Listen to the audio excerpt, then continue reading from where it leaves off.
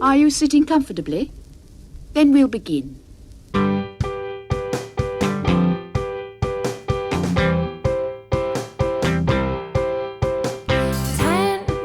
minutes left. Yeah, but there's still some time. It's not the final score. We need more than the numbers we're given. Show us you live and breathe the game. You're more than a name. That's what we came for. We can bring you more than the score. Every story. Let's take this thing off of the field into the real world, away from the numbers, away from the numbers.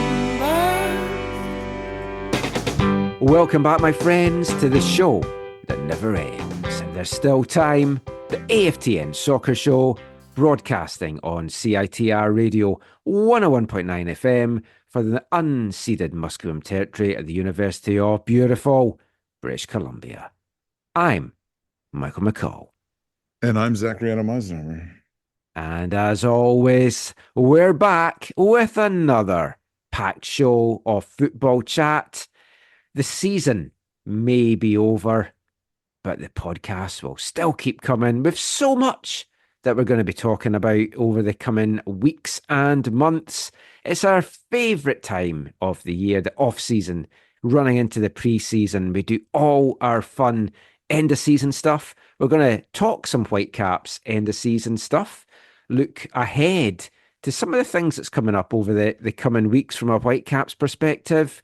We're going to welcome back to the show AFTN writer Scott Strasser to talk about all things Calgary soccer, from Cavalry FC winning the CPL to the Calgary Wild going into the NSL next year, and a lot of other stuff as well. Then we'll talk a little bit about the international scene. Canada getting a win over Suriname, and the fallout from Dronegate continues. So a lot to chat about, but as always, we'll start things off by asking Zach, how's your week been? And you can explain to the listeners why you are aching. Oh, yeah, I had a good week, another full week. It was a fun week at work because my wife participated in some stuff at work this week that was fun, where she used some of her gifts and talents to make one of the things I do fun and different and better. And no, it was really cool to see her. She spoke at one of the gatherings that I lead, and she was awesome. Yeah, so that was nice. Saturday, Kirk and I were down in Middle Cascadia. Had a great time at a tabletop board gaming tournament. Sabio. No, I wish. Yeah, no. Actually, I don't wish. I'm probably horrible. I've never actually, have I played Sabio like once maybe? I have not played since I was probably about 11 or 12 properly. I would get worked. No, anyway, so that was great. A lot of fun. Left at like whatever, 7:30, 8 o'clock in the morning. Didn't get back home till 12:30 or 1 in the morning. But just really, really good time. And yeah, I got some good prizes and won some good stuff and some of the things we were doing there. And just a good father-son time. He really enjoyed it as we were driving home. He was just like, I'm really glad we did this. And I'm like, oh, that's nice. It's good to times you cherish. Yeah, it's good to hear that you enjoyed it, because I mean, I had fun, but if you had fun, it makes it even, if it really was fun, it makes it even more worth the while. So that was kind of cool. And then, worked today, and then went out to the Fraser Valley Soccer League match between Langley United and Vancouver FC U19. Goalless draw, but a really, really good game. And then a bunch of the Fanatics, we had a little scrimmage, a little small-sided game on the pitch after the game was over, which was a lot of fun. But like you referenced, my body, if you hear me groaning or whatever, hopefully I'll mute if I have to stand up or move around. But when you're this obese, and then you quote unquote run around a little bit, it takes a toll. But I had a lot of fun, and again, my son was there. It was good times. It's nice to see local players on the Willoughby pitch. Oh, you couldn't resist that one, eh? Oh my Let's goodness. move quickly on. Let's not go down that rabbit hole again. I mean, when you were down in Seattle yesterday, you could have gone along to Interbay Stadium to see the SFU Red Leaf women win back-to-back GNAC championships in another good weekend for BC college soccer. It's actually been quite a special couple of weeks for the college teams in BC. They head off to the national tournament now, so good luck to them. It was good. It did look like it was absolutely pelting down on Saturday Yeah. in Seattle. Yes. Yeah. We at work actually this morning we thought it was a leak, but it was actually on the roof of one part of the building. It was I don't know if a gutter got partially blocked, and so there was like 6 inches of water built up, and so it got over like a lip of something, and yeah, we had to deal with that. I thought I had a leak once. Turned out it was just a spring onion. It was one for all the Leek, vegetable leek, fans. leek soup or leek stew or whatever you Oh, call it. Really, potato and leek soup is one of my yeah, favourites. that's a good But, one. oh, that could be our new section. What's your favourite soup? Need Yeah, to try and find a soup song. we need to cook together sometime. I can't cook. If I can pour a tin into a pot. Okay, well, I should cook for you sometime, and then I would you take can that. critique it. You can critique I it. miss Steve's wife. I'll expand. I miss Steve's wife cooking the butter chicken for us. That Or was the the or best the butter chicken I ever had. mimosas. Oh, the samosas, not Samosas, mimosas. sorry. Mimosas is the drink, Yeah, right? we were knocking back the mimosas. Samosas, sorry. Steve should have been there. It was great fun.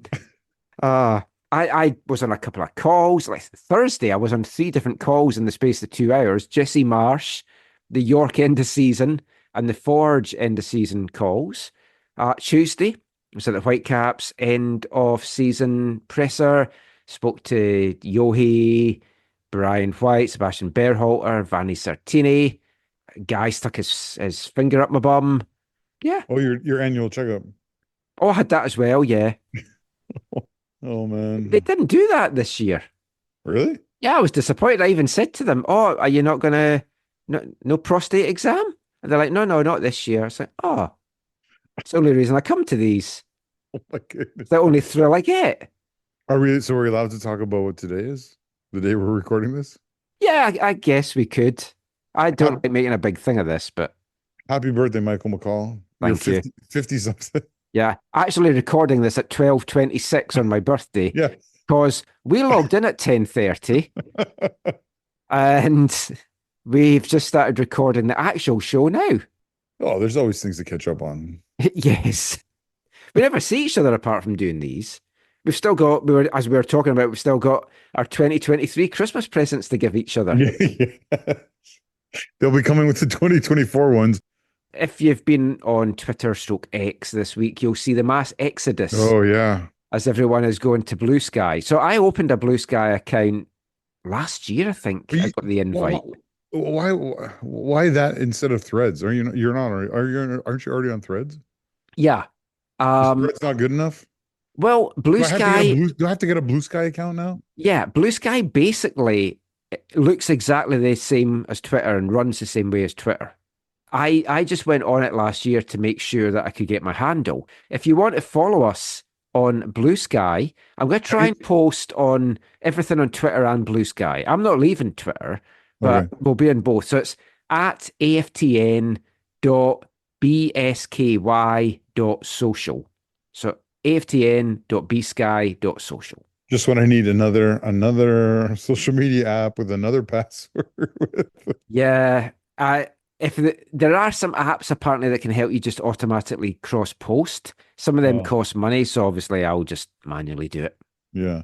Now I've seen part of this max exodus. I've seen some people say that they used another app which went on their X account, deleted all of their tweets, and then just put up one post that said, "You can find me at this on Instagram and this and whatever," and something like that.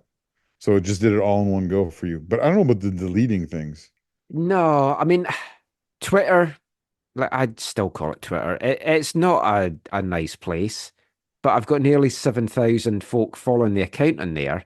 So I'm not going to just suddenly go to switch to one that's got a couple of hundred and lose all the reach, the interactions and the reach with people. So yeah. we'll be posting on both. Speaking of like deleting things on social media, do I think because I mean, I'm a little bit younger than you, but not mu too much. We're like similar generation, right? But I work with lots of young people, and I always find it so strange, like when they'll like delete all their posts about like a certain period of their Mm, life. Now, sometimes I understand, like I've seen, people they get a divorce or they've had this long relationship and they break up and they're like, I don't want pictures of my yeah. significant other. So okay, that's I think people can understand that when you have a traumatic, life-changing thing happen and everything changes or whatever. But there's so many of the like young people, they go through a change or not even just a change. They all of a sudden are like they don't like how they represented themselves in the Ah, past, and so they like delete everything or most things and kind of like start all over. I don't know, it's just a interesting approach to life and like social media. yeah. You just have to look at the AFTN fanzine from the 90s. If social media existed then, Yeah. and what would be posting what was like in the fanzine and stuff, and on the AFTN forum that made newspapers and TV shows for being criticized, and even had the manager or players, or I can't remember who it was, in the East Five program did an editorial about how bad the AFTN forum was. Well, I guess I shouldn't be super surprised because I guess we are in an era where people like lose their jobs over things they've said on Yes. social media or whatever. And then obviously that we have the somewhat awkward thing where a societal view has changed. And even if you said something about that before the societal view changed and people can find it, they'll cancel you or whatever. I don't know. What like I've been watching some 70s TV shows over the last couple of weeks, and Different times, Michael. Those were very different different times. times. And thankfully they're on DVD, because I'm not sure that they would go out unedited anymore, to be totally honest. But Well, yeah, I don't know if it's still there, but I remember when Disney Plus, like, I don't know if they're still, but probably not on there, or maybe they're not. But I remember when they first put up the old seasons of the Muppets. They put like disclaimers on, I think, some episodes saying this was made at a different time where the world had a different view on whatever it was, yeah. sexism or racism or I don't know what the issues are, or harassment, or I don't know what it was, but and there was a lot of discussion around all of that. I'm going to say this, and we'll get on to the football chat, because everyone's like, this is why the shows are 3 hours. Yeah, it's true. So I saw something this week, and this might really surprise people what I'm going to say. So the world just now, it's not a nice place. Everything that's going on and around the world, there's some horrific things. Mhm. Something I saw this week, and I was like, do you know, I love that. And I love that this exists, and I love that it brings people joy. And it's the Taylor Swift concerts that were in Toronto with the Oh, friendship bracelets. Well, if anyone doesn't know, Taylor Swift fans, they make friendship bracelets and they trade them at oh, shows. oh, okay. So the police horses had friendship bracelets around their neck, and there was videos showing the folk trading. And I was like, it's such an innocent and sweet thing to do, that it's nice that something like that, so nice and sweet, still exists in what is a horrible world, Mm. and that people get so much out of it and make new friends, and sometimes lifelong friends. And I'm not really a Taylor Swift fan. I'm more an Olivia Rodrigo fan. I genuinely mean that. She is amazing. But for the fans get this just pure innocent joy. And I think we all need a little bit of Well, that. and that's partly what you and I get from football, right? Yeah. But that, like, genuinely, that's why like, you're going No, to see Fraser Valley, I go to see VMSL. It's like, that's pure football and just pure joy. And well, and then out of those experiences, and I think with the friendship bracelet thing, it's like you're like you. I think part of it is you know, and obviously a bunch of this happens online in these communities, but you meet people that you've then genuinely become friends with. yeah, I mean, I know I go on about this from time to time, but like I'm so thankful for like these dudes I've met at a few Bayern games over the years, and some of them I like actually message with a bunch, right? Like Flo is the dude I message probably the most, and there's a few others like Thomas and Jurgen, and I need to message Andy more because I got a lot of questions for him. But yeah, it's these are some of the communities sometimes we build relationships in that are are really meaningful for us. And one of the great things about, we've talked about social media and this is kind of connected to, technology and the internet is now, you can live in a totally different part of the world and actually have some kind of meaningful relationship with people who live elsewhere because of things like we're using right now, like Zoom or FaceTime or whatever. And I'm really thankful for them. Yeah, I think we should probably move on to the football chat now. Because I said to Zach, we won't have too much to record. And again, just so people know, that you get the 3-hour version of the podcast. Yes. Often they're like 3.5, 4. That is sadly true, but we have fun. Yes. I don't know that Zach will stay awake to the end of this, to be honest. I'm just about to go off carbs again, but I did have some of Santa's juice. He's had some Coke. Coca-Cola. Oh, yeah, Coca-Cola. Yeah. I forget folk can't see the visuals if you're holding it up. Important to differentiate. That should keep me awake. Yeah. It's why we're not on YouTube. One of many. I thought it was what's it called? The ban. No. No, I thought it was what's your favorite part of the show? Wavelength? The wavelength, yeah. Yeah, there is actually like musical copyright issue is part of the issue why we've disappeared from Google Podcasts because they don't exist anymore, and it transitioned to YouTube Music, which does have issues because the show plays music. I saw a while back when someone was asking for recommendations for soccer podcasts, and someone had recommended us and said it's kind of like an old style UK variety show. They talk about football, there's music, there's comedy. I was like, oh, I love that description. Comedy. All right. I maybe added the comedy bit, and I don't know that was in their description of it.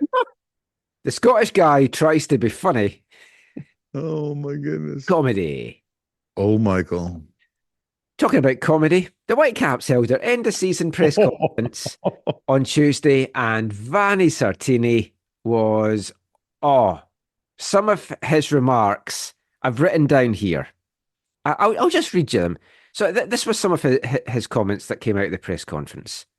The fans want to support the Whitecaps, first of all, because it's an act of love, and there's nothing better than an act of love in life.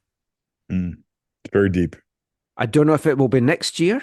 I don't know if it will be 10 years, but it will come the day that we do another parade in Robson Square because we won the MLS Cup. And he said, aspirational. He doesn't know if he'll be the manager or there's a fan or if he'll be an old man. That's right. Oh, yeah. Yeah, he did say that. I remember that. And then we had next season is historical because it's the first one of the next 50. Yeah. So I like that one. That was a unique view. That was a very unique. And I've saved my two favourites to the end. In December, I'm going to go to the Fiji Islands because I've got to spend this bonus for getting into the playoffs. But she followed up with, the cat sitter is going to cost us a lot, but it's okay. And my favourite one, we never bring dickheads here, so that's a good thing. Yeah, that did stand out. I think I texted you when that happened. Yes. I was like, did he just say? They edited it out of the stuff that's on the website. It just says heads. I'm not surprised. The dick bit. Because when he said that, I was just like, wait, did I imagine that? So I texted Every time he said something, I just kept looking over to try and gauge Nathan's reaction if he was like, oh. He also said something before we started recording, and I was like, whoa, Michael, you're not allowed to say those things. No. I was like, oh, I wish I'd got that recorded. Nathan's like, that was off the record. We haven't started recording yet. It was okay because JJ wasn't there, so they hadn't started. He was on Zoom. They hadn't started that yet. But yes, it was the Whitecaps end of season presser on Tuesday. A lot of the players weren't there. They'd kind of moved on, but we did speak to Yohei and Brian White and Sebastian Berhalter and to Vanni. But let's kick things off with some audio from Vanni from the press conference. Now, it's only really gone up on the Whitecaps website, so a lot of you may not have even seen this. But there was an issue with the mics. It seems it didn't really capture our questions. So I asked 5 over the course of the thing. So I've recorded me word for word, verbatim, asking the same questions so that you can get my questions and the answers. That's how committed I am to the cause. Here's the gaffer. I know we're doing this a little bit earlier than you'd probably have liked to. You've had a couple of days to reflect, and I know everything's still raw, but if you could sum this season up in one word, what's that overriding word? That we missed 10 cents to make a dollar. That's the thing. Because during the regular season, we were so close to achieve something special, to arrive in the top 4, and then at the end, because of like 10% of the season, so 3-4 games at the end, so 10% of the season, they didn't go the way that we wanted to go. Our fault. So, we didn't make on certain position, and the playoff the same. It was very close to get into the next round, and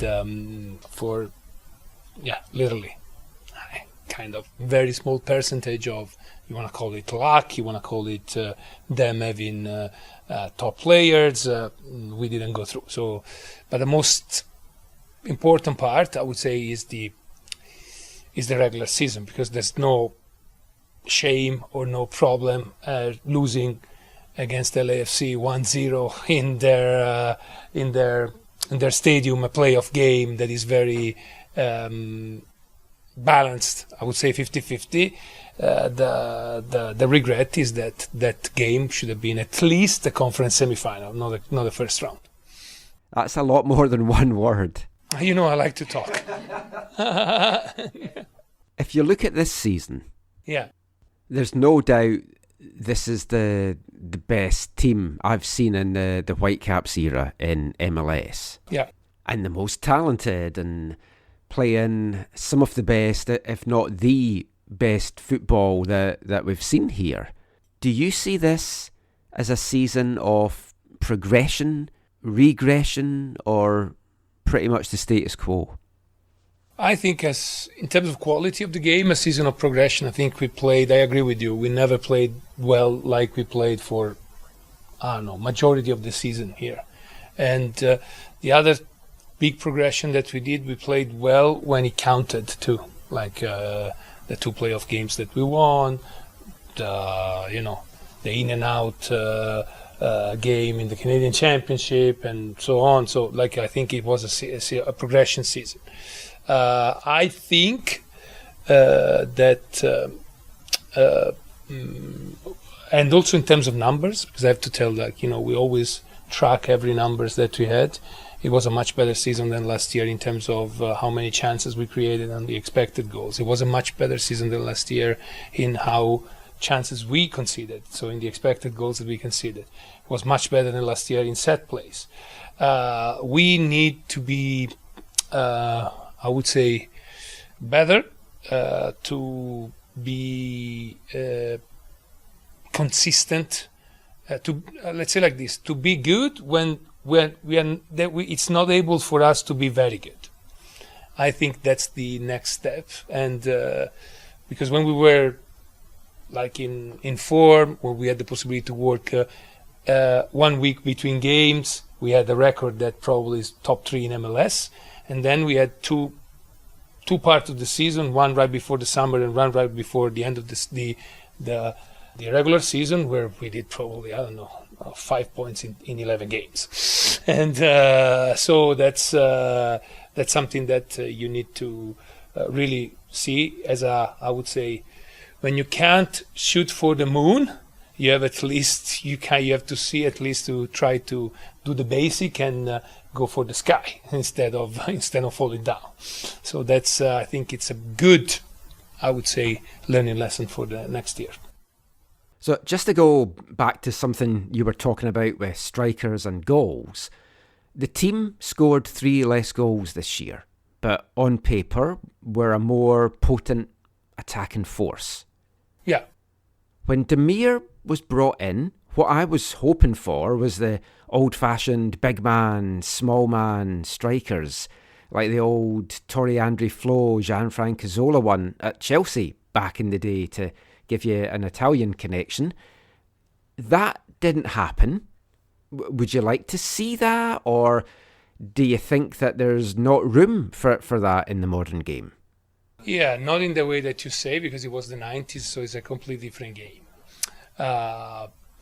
It happened in the way that Damir, the story with Damir was related mostly with his calf injury that he had in the middle of the season. He played a lot of games in the first part of the season. He was helping a lot the team on the field. He scored in the Champions League. He scored a decisive game against Colorado. He scored against Salt Lake. So he was doing well. Then he had a calf injury when we played in Portland, when we lost 2-0 in Portland, and he was out for a while. And when he came back, he needed a little bit of time to be back and ready to go. And he was ready to go only in the last, month and a half. So that's the reason why you've seen him coming in the games in the last month and a half, 2 months. And I hope that he's going to be ready to go next season too. The thing is that we need players that they're not just big or small, but they have to be very mobile, attacking the space, ready to defend, ready to attack. And we have it, a lot of them, and Damir can be, in my opinion, a huge piece as a situational player in games when you have more the possession, or in games when you are chasing it. I said it already, and I can say it again before, right after the game, that I actually regret not putting him in the last 10 minutes in LA. I think I should have put him in, for Brian, because we were pushing, and having a player there that with his craftiness and size would help. So yeah, it will be important next year for sure. With all the games that we have now and all the competitions, is there a case for arguing that the roster size needs to be increased? No, I'm totally against it. I think that the player that we have now, 28 under contract, are enough, and maybe even too much. You're going to be going straight into action early next year in the CONCACAF Champions Cup. We're in pot 1, so we're going to avoid a lot of the big hitters early. How important is a run in that competition to both you and to the club for next season? It's not a run. I want to win the Champions League. Pretty simple. It's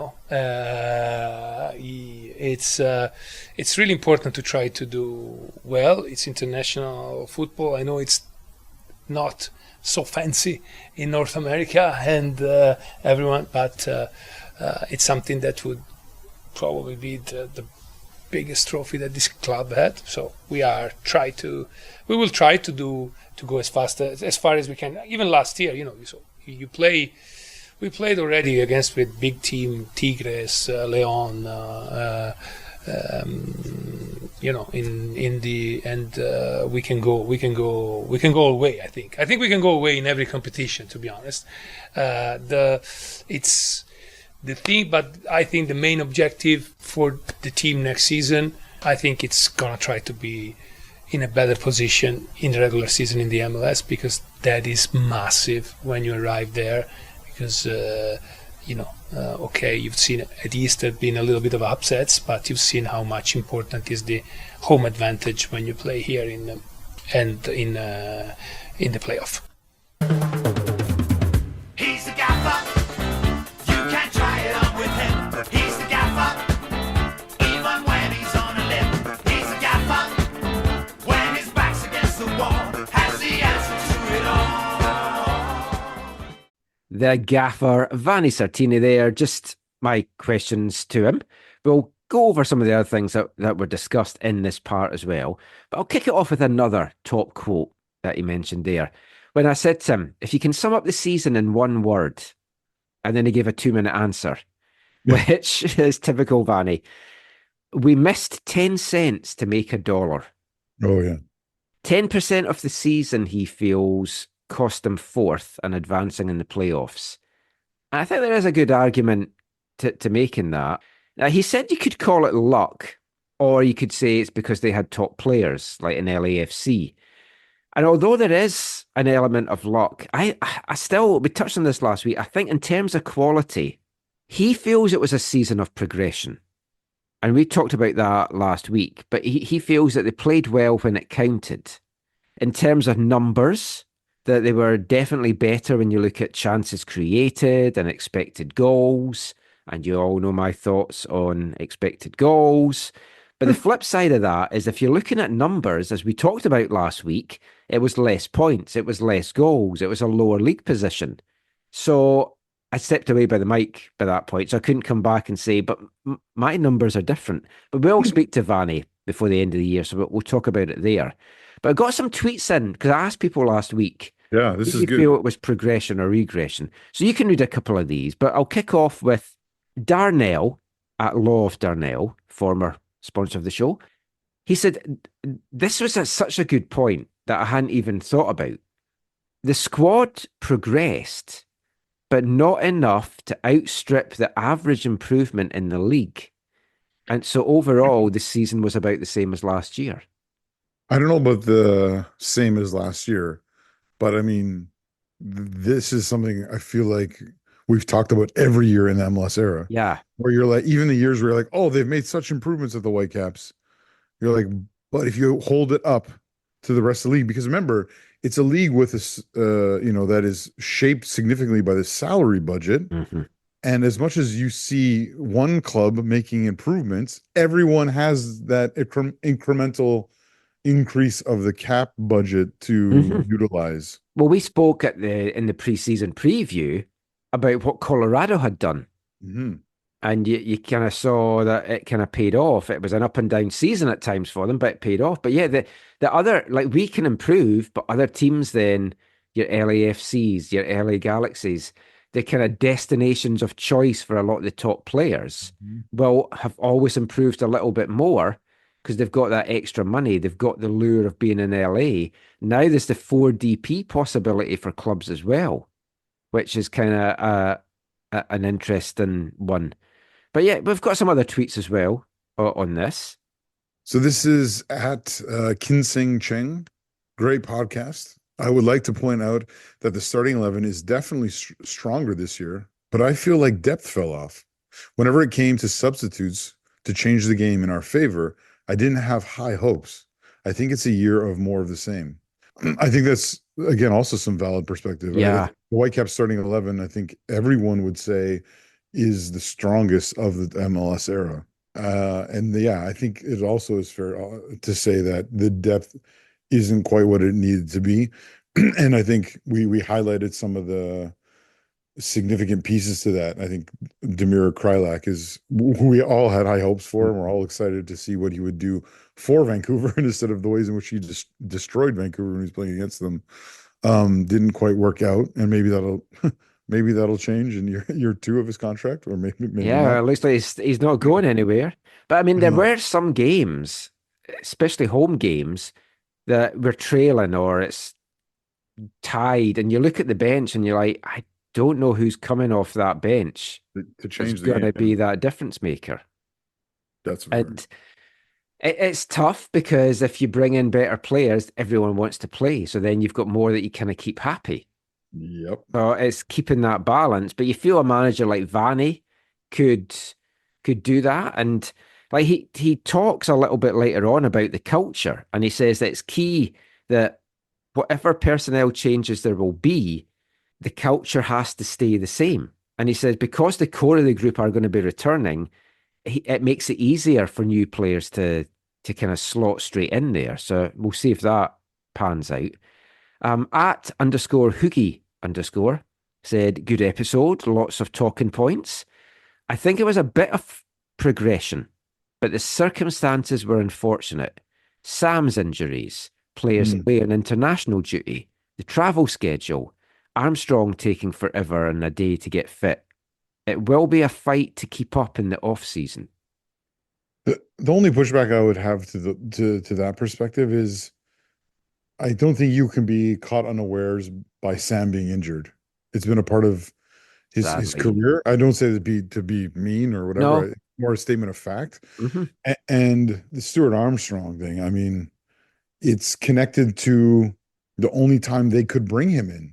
He wasn't coming here until he knew it was his best financial option compared to the options he had in Europe. So it was never going to happen any sooner than it did, which meant that he wasn't able to be a part of that real push at the end of the year to finish higher up in the table, to have a better run at the playoffs with, against an easier opposition, if you will, or more favorable opposition. And so it was never going to happen. As much as we've talked about how we think they should have or whatever, or could have done things differently in the 50th anniversary season to maybe do something special, it was not their approach, or did not end up being their approach.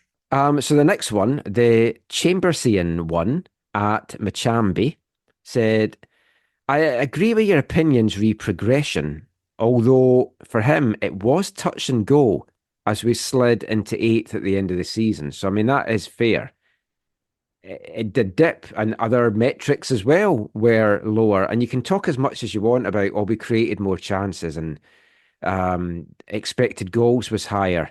That actually makes it sound worse. Because it's like, well, you did all this, but then you didn't convert them. Yeah, with expected goals, it's the bigger thing is what were the actual goals in relation to that, right? So I know, like, so far in the Bundesliga this year, I forget the actual numbers, but I know, like, Bayern's goals to expected, I think they're like 10 goals or something over their expected goals, right? So that shows you have quality finishers in your side, right? When they're taking chances that are of lower quality or lower probability of going in, and they're scoring them, right? But when you're a club that creates a lot of chances that are higher to go in, and they're not scoring as many of them, you're right, it doesn't look exact. I can't remember what the ratio was for the Whitecaps at the end of the season. I don't know, but I think when you're doing this, if you're gonna use it, it should be XG for other clubs, and for the Whitecaps it should be XWG, expected white goals, because that's a different thing altogether. There you go. 15 is the answer. And we talked about that. We talked about how,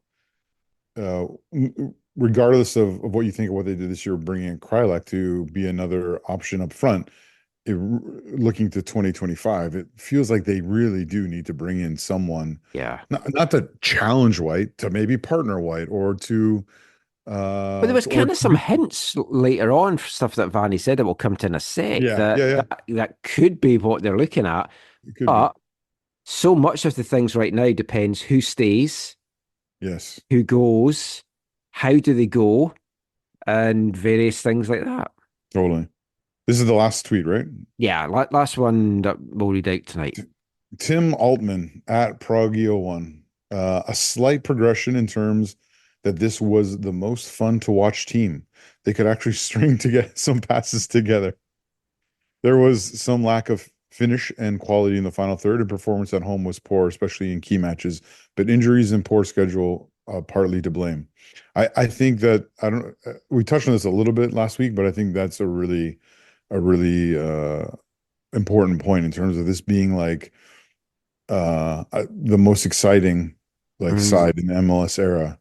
I think lots of people were just like going to matches or watching matches on TV or going to away matches, expecting to see the Whitecaps play some exciting football and score a number of goals. And I've enjoyed watching them this season.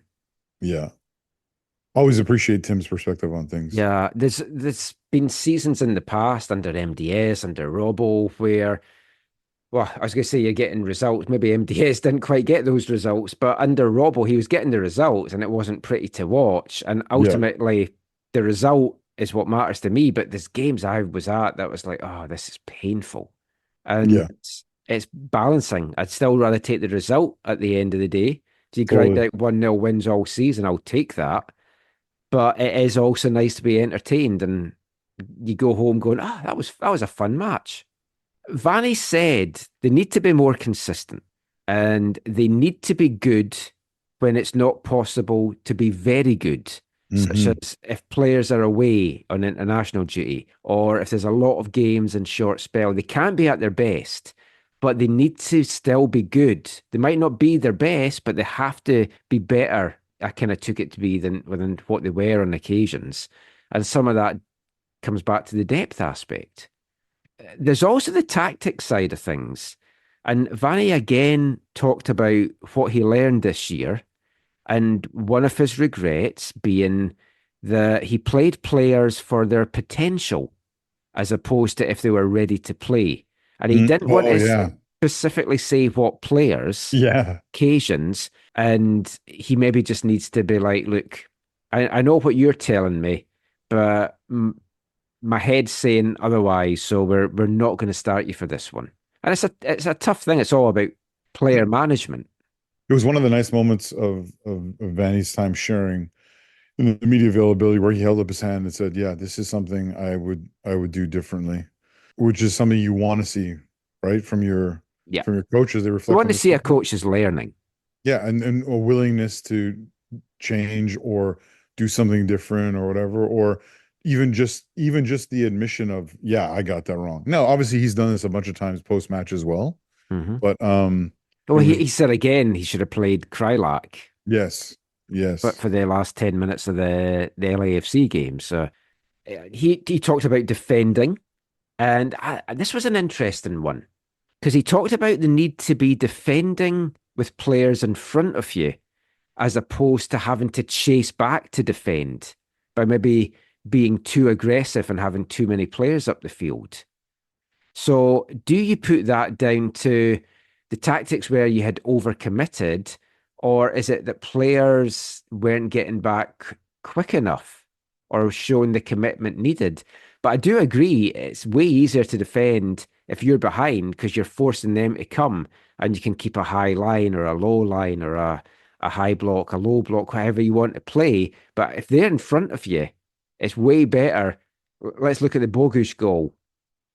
It's like you're chasing that because Bogusz has got ahead and you're chasing back trying to defend that. Yeah, it sounds like he has concerns over how they defended transition. Yes, that the goal that knocked them out is a significant moment in that, right? They're looking to, Taka's looking to play a long ball forward, and all of a sudden, whatever, 7 seconds later, it's in the back of their net, right? And it was a really quick transition that they did not respond well to. So it's gonna be, it will be interesting to see what players they bring in that might help address that. Yeah.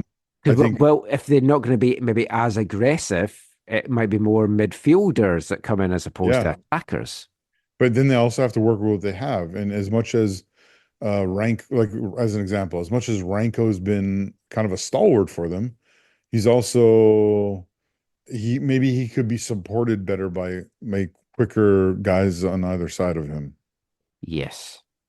Yeah, that's fair. Well, I mean, Gemma from Canadian Press asked what changes need to be made, what pieces need to come in. Here's what Vanni had to say about that.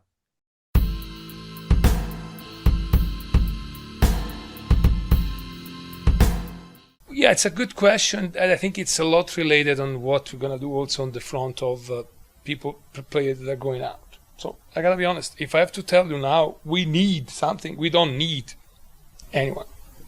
Like, okay, if a big player arrives, and also you guys know how it works with the MLS, with the cap constraints and everything else. So I think we're pretty covered all around the roster, and I think it will be really interesting to see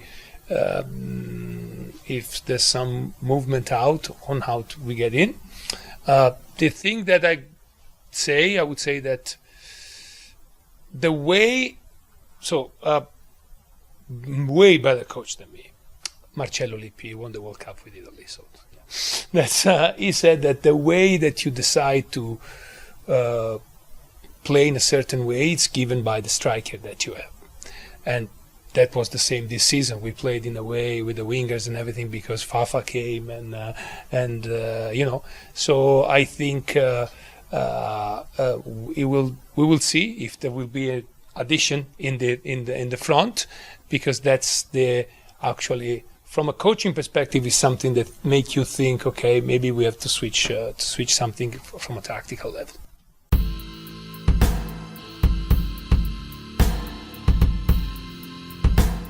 So Vanni had said, don't expect 12 changes.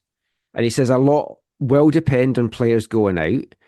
This I didn't agree with. I know where he's coming from, but he says if you ask him, we don't need anything. I think we're pretty covered all around the roster. It'll be really interesting to see if there's movement out. I don't think you can say that they don't need anything. If you win the MLS Cup, you could maybe make that argument. But even whoever wins the MLS Cup still needs Freshening up. improvement because you have to improve every year. And I didn't like that mindset. But this is not that dissimilar to previous years, is it though, Michael? Because I think in previous years, at the end of the season, Vanny, as well as others like I think Axel, Yeah, Axel said it before. have said stuff like, "Oh, we're just a little bit away.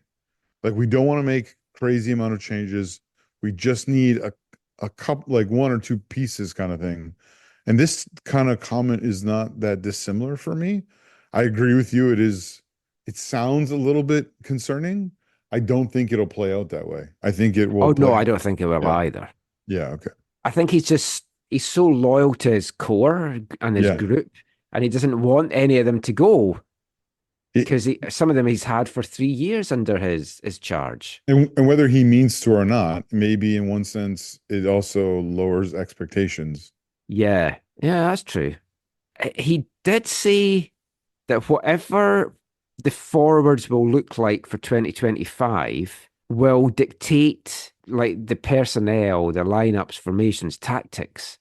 Now, bringing Fafa in and playing wingers dictated how they played this season and having White through the middle. He talked about Damir Krylak a little bit earlier than that audio that I played there, and he said he will be important next year for sure. So it sounds like he's coming back. I asked him about roster size. Oh, yeah, this was a surprising answer. Yeah. If you're playing in 4 competitions and you're complaining that you're tired because there's too many games in a short period of time, it's not changing next year. Mm-hmm. And 7 players away on international duty, and we'll talk about international players and what's been expected of them just now. I feel there is an argument to be made to increase the roster size. Now, I know it can backfire because it just means the clubs with money can stack the rosters a bit more. Mm-hmm. I'd maybe like to see more call-ups allowed from MLS Next Pro. But again, some clubs could stack talent in there and just do a Chelsea and just sign every single player under the sun that you can then call up or whatever. But Vanni is totally against increasing the roster size. And he was like, the 28 players we have under contract just now are enough and maybe even too much. So that contradicts complaining that, oh, there's just too many games. Yeah, that was when he said that. I was kind of shocked and surprised by it. It didn't really make sense. I think the Damir Krylak comment, though, I think is, Damir, I think, I can't remember if we know all the details, but I believe he signed a guaranteed 2 years, and he's not going anywhere under normal circumstances. So I think Vanny's comments again make sense in terms of man management, right? Like, why would you say anything other than, oh yeah, he's going to play an important role for us next year? If he said anything less than that, you don't want to set alarm bells off for the player to be like, wait, what did the coach say? Like, no. But yeah, so that's not surprising. I agree with you though that we don't need more players seems a little bit weird. But I think maybe he's just talking about like, look, we don't want to have too big a squad because part of that comes back to the culture. Like you want to have you can't keep everyone happy. Yeah, and because there's guys like Bo Valina and Ocampo that didn't get a lot of playing time down the stretch, right. And yeah. You've got guys coming up like Florio Chateau. Yes. There'll be draft picks. We'll talk about that in the next part. And like a guy like Ryan Raposo, who we'll talk about in the next part. Yes. Didn't get tons of playing time as well. If the 28 you have are stronger depth than I think we've got just now, I'd be fine with that. But I think they kind of showed in some of the games that some of them were dead on their feet. It just takes a few injuries as well to knock things out. I mean, the home form, I asked Brian White about it. Joshua Ray asked Vanni about it. No one has any idea why it's so bad. Vanni feels he's happy with most of the performances at home. Even the ones where they dropped points, he feels that they played well. They maybe just didn't get the breaks, and they certainly didn't get the goals in games like against Austin and Houston. Yeah, the home form thing is something they'll work really hard to change. It's again, maybe not super surprising that they like, what are they supposed to come out and say? Like, I mean, they got more people in the building than they ever have in the MLS era. It feels, I don't know what the actual final number was, but it definitely feels like it was fuller than any other season. And so you don't want them. They're not going to come out and say anything negative about the atmosphere or the home games or whatever. So, and they're not going to go into. I don't think there was one thing necessarily where you could say tactically or there was a pattern, throughout the. I mean, a lot of it did just come to not taking the chances that they'd been creating. That's the one thing, I guess. Yeah, maybe. And maybe it puts more pressure on you the more it goes on. I'm still for pissing in the corner flags as my way to get round that. On what he learned this season, we talked about a couple of things, but one of the things he said he learned is that he's not indispensable. And he spoke about how well Michael D'Agostino and Brendan Shaw and the rest of the management team stepped up when he was suspended. But he also pondered his own future. And let's hear what he had to say about that.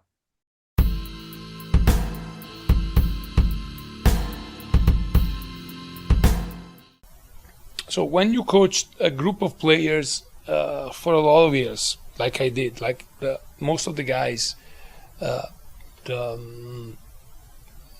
been with me since I took over. At least most of them from beginning of 2022. So sometimes you feel, okay, am I still needed here? Do I still need to coach them? Because they know and it's a challenge every time to try to keep the relation fresh. It's a challenge every time to try to teach them something new. It's a challenge every time to try to take the best of them. And that's, I think, the fact that I was forced to do it. I think he improved me as a coach. Even though, I've got to be honest, this has been the most tiring and demanding season. Even if it was probably the most successful season that we had, the most tiring and demanding season that I had. That's a very good question. That's exactly the question that we are asking ourselves now. And it's how to take more from this group, because it's what, like Felipe said before, do we need something external to boost the group? Do we need to change completely the way of playing, maybe to try to look for something that we didn't do before?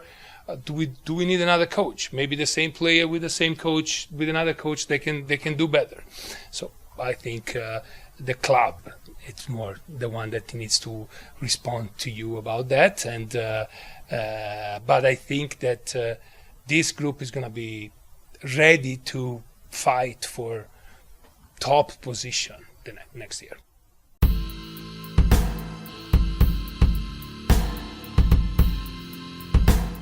So Vanni, pondering his future a little bit there, he said, sometimes you feel, am I still needed here to teach them new stuff, and how far can he take them? Do we need something external to change the group? Do we need to change completely the way of playing? Do we need another coach? Maybe the same group with a different coach can do better. And that was why I said last week that I was 50-50, really, on maybe him coming back, because sometimes it does just need a new voice in there. Has he taken this group, if it's going to still be the core, as far as he can maybe take them? Do they need a different leader coming in? And it's interesting to see him pondering over that. I still think he's the right person for the job. I still think he will be back. He should be back next year. But sometimes a new voice in there, maybe even a new assistant coach or something, but sometimes a new voice, a new leader can do wonders for a group and get a little bit more out of them. Yeah, we talk about the new manager bump in world football in general. And we have seen that in MLS as well, especially, over the course of a season of a first year manager. But yeah, I'd be shocked if he was going anywhere. I know, I think he said, right? He's like, yeah, he said something and then someone, it was a par or someone asked him to clarify, and he's like, oh yeah, no, I got a contract for next year. Yeah. But yeah. So I think his job is safe. Yeah. But I do he's pondering that though. And I do think that one day, like we've said before on the show, Axel Schuster would like to bring in his own coach eventually. Yeah. Like I think he's appreciative of the role Vanni has played, but I don't know what that coach exactly will look like for Axel, but I do think he would like to. I think like Axel Schuster wants to be here for a long period of time, definitely until after the World Cup. And I think he would like to put his stamp on the club and in club history by shaping things, including the coach and the style of play and all those kind of things. And I'm not saying he's disappointed with anything right now. I just think like long term, I think that's partly how he thinks, even if he would never say that publicly. Well, do you know one man that will not be coming in as head coach? Bruce Arena, who became San Jose Earthquakes sporting director and head coach this week, which to me was insane. Yeah. That's not going to end well. I mean, I said last week, oh, Jim Curtin seems like the perfect guy to go in there. Yeah. And then instead, you go with Bruce Arena.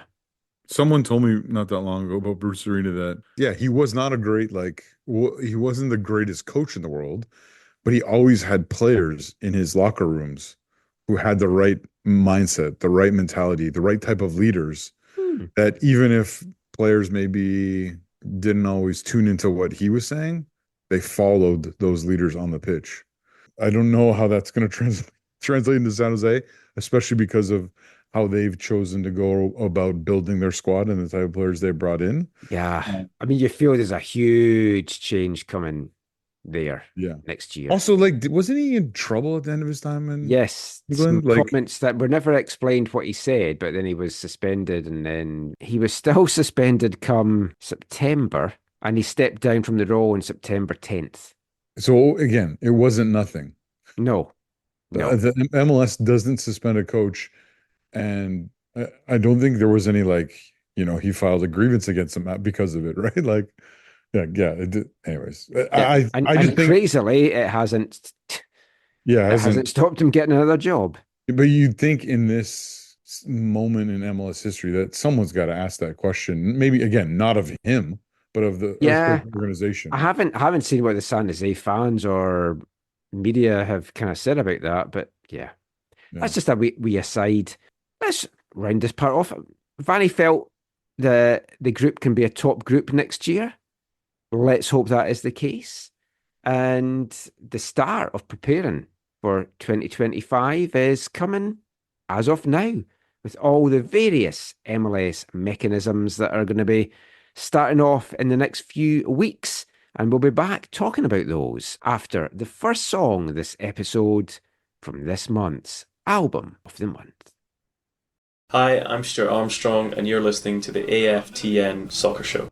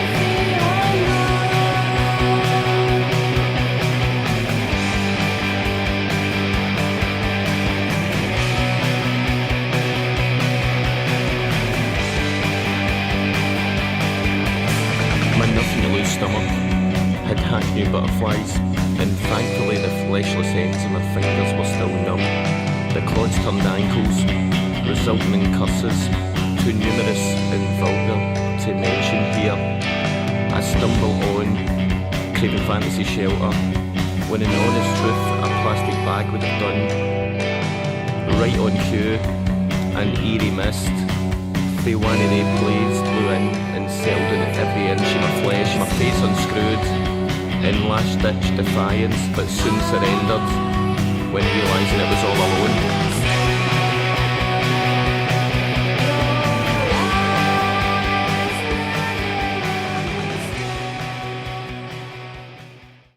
Welcome back to the AFTN Soccer Show on CITR Radio 101.9 FM.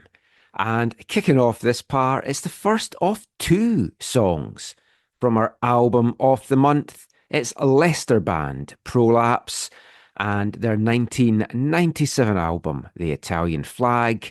And that was track 3, Cacophony, number A. We've got one more song to come this episode from Prolapse that will kick off part 3, but we're going to continue the Whitecaps chat in this part and just kind of look at what the coming weeks has in store for the Whitecaps, Vanni Sartini, Axel Schuster, the players and the supporters as well. Now, last week we looked at the 9 option players and also the out-of-contract Ryan Raposo. And I think we already knew, although, as you heard from Vanni in the first part, the bulk of the squad is coming back for 2025. So we won't do our usual sort of in, out on the bubble, as Steve liked to call it. Keep, trade, release was my version of it. But we'll kind of do a version of that when we do our Whitecaps round table in a couple of weeks. Not looking at who we think is going to go, but who we would maybe like to move on or maybe upgrade in positions or something like that as well. And obviously a lot of it isn't easy to do or to carry out with all the various MLS mechanisms that's in place. And talking of those mechanisms, first thing I really want to look at as we continue our end of season Whitecaps discussions are some of the key dates that are going to be coming up over the next 3 to 4 weeks. And we'll look at those in this part. Now, it kind of kicks off really Wednesday, November 27th. It's the Whitecaps deadline, all clubs deadline, or most clubs deadline, I should actually say, to exercise options and submit bona fide offers. Now, the 4 teams that's in the conference finals will not have to give their decisions by that point, but it's expected about 10 a.m. Pacific time. So by that time on Wednesday, November 27th, at the latest, we'll know some of the fates, I guess, of the Whitecaps players that have options, or at least we'll know the initial fate of goalkeepers Isaac Boehmer, Yohei Takaoka, Joe Bendick, midfielders Alexander Schopf, Ralph Priso and JC Gando, and forwards Fafa Pico, Diber Caicedo and Levante Johnson. Ryan Raposo is also out of contract, and we'll talk about him in a sec as well. But just going back to JC Gando, he has been away this year on loan with Las Vegas Lights, and I'm sure there's a lot of Whitecaps fans probably totally forgot about the 24-year-old Frenchman. But the draft pick has led Las Vegas Lights this season in minutes played, over 3,300. And he's been playing in a defensive midfield, central midfield role for the Lights, scored 2 goals, grabbed 5 assists. He was joint 6th in the USL Championship for assists and second on the team. And this weekend, the Las Vegas Lights played Colorado Switchbacks in the USL Championship Western Conference Final. Watched that on YouTube. They went down to a narrow 1-0 defeat. Some great goalkeeping by the Switchbacks goalie really kept them in that game and really saw them advance to next week's USL Championship game, which they will be hosting, and in the process ended Las Vegas Lights season. So I think it's going to be interesting to see what happens with JC Gando now. He has made 15 appearances for the Whitecaps across all competitions. The last of those being a brief cameo towards the end of the Tigres first leg over on the island in February. I'm pretty sure if the Whitecaps are happy to let him go, that Las Vegas will snatch him up on a permanent contract. Maybe we'll get another loan deal going. He seemed to really enjoy his time down there. and we'll maybe try and catch up with him, get a few words with him to see how his season went and his hopes for the future. So that is going to be an interesting one to look for, as will be what we do with these option deals as well. And I think we won't rehash what we went over last week, but I think goalkeeper wise, Bowman and Takaoka, you want to keep. Bendick, move on. I was ready to move Shopfon. Zach kind of felt he probably had maybe a role to play.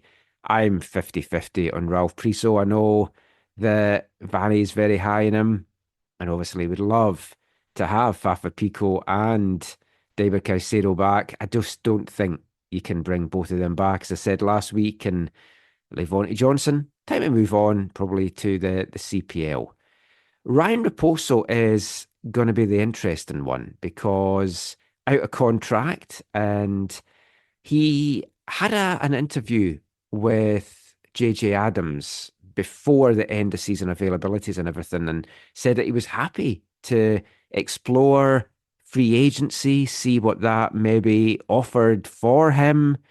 And you look at his salary, and he came to the Whitecaps in 2020. He's now 25 years old. His current salary is only 155,000 guaranteed. And you'd imagine that he would be in demand by any of the Canadian clubs. And you know what you're getting with him. Someone that isn't a regular starter, but can make a difference off the bench and can be counted upon to come in and perform and start games when required. But I do feel his playing time might be reduced here next season. So maybe it is best for him to move on. I think it would be sad to see him go. I've a lot of time for him as a person, and his love of the game just oozes through. I think he's exactly the kind of depth player that clubs want and need in this league. Just your thoughts on Gando and Ryan Raposo, Zach? The JC Gando one is really interesting to me because I think a number of people have really wanted the Whitecaps to be better in that kind of 6'8" or 6'8" hybrid kind of role. Lots of people, I know he's played out wide, but lots of people have felt like Alessandro Schopp really isn't maybe value for what he's being paid, and they want more kind of from that, someone to support Kubas, maybe to even on occasion relieve him, or when he's on international duty, step into his spot. Obviously, again, people like Berhalter have done that as well. But maybe Gando's a piece that they have, that this loan spell has served him well, and he can really step into things into 2025. Sounds like he came highly recommended from his stint in college as well. Yeah. So it sounds like someone who's going to get a good look in the preseason. And again, if he maybe isn't quite ready yet or whatever, maybe he goes on a loan again because they've seen what it can do for him, and I think they've seen it for others in the past. Yeah, that's a potential someone stepping up that I don't know if I would have had that as, but like last year, I don't think I would have thought that. Yeah. Also as well, like we've put players out on loan before and it's not gone well. Mm-hmm. I think it's someone like maybe Cam Habibullah, where he never quite reached the heights that folk hoped for. Yeah. And I mean, Gando's on less than 110. Definitely worth, I think, keeping hold of him. And whether you do loan him out next year again, maybe, or just, as you say, see how he does pre-season. We're not flush with players for that position. Like Jeevan Badwal can play as a yes, he can 6'8" as well. He is younger, and from my limited memories of Gando, Badwal has more upside than him. But for the moment, I think Gando's experience and being 24 or whatever, 24, 18. Yeah, he might be able to fill that role sooner rather than he might get the opportunity sooner than Badwal. Yeah. Ryan Raposo's the other interesting one. That's an intriguing one because if he feels strongly about testing out free agency, one, you can totally understand that. Two, to me, as you and I were talking about this off air, Michael, to me it feels like is this where he sees the opportunity, one, either just to get the best contract that he can, which is totally understandable for a player in the footballing world. But is it also a part of his desire to get back to Ontario and to catch on at TFC, or maybe even the I mean, Impact? his family's all out there. He's Yeah, very close to his mum. yeah. And I don't say that in some kind of like, oh, he wants to get out of Vancouver and he No, hasn't been appreciated or didn't like his time here. I think it's the exact opposite. I think he's loved his time here. He's grown as a player here. He's I would say a serviceable or more than serviceable MLS player who can start, who can come off the bench, who can fill up multiple roles and multiple systems, and therefore is can be a valuable player to Vanni Sartini or any number of MLS managers. It would be a little bit sad for Whitecaps and Whitecaps fans if he does go somewhere else and continues to progress and does even better. I think that would be kind of an unfortunate loss, but I don't begrudge him the fact that he is like, yeah, I want to see what I'm worth. I want to see what I can get, because we know that for these players, the years are short in which they can really make a good living for themselves and for their families. But I think if you're Vandy, you want him back in an ideal scenario. So yeah. whether that means they can afford him or not, that'll probably be the biggest question. And if he ends up at another Canadian club, I think Montreal's maybe the best of the two. And options, for you, is that it's just easier to get in there right now? Yeah. I mean, Toronto. I think Toronto need a big season. They need a Nicholas overhaul. Yes, they most certainly do.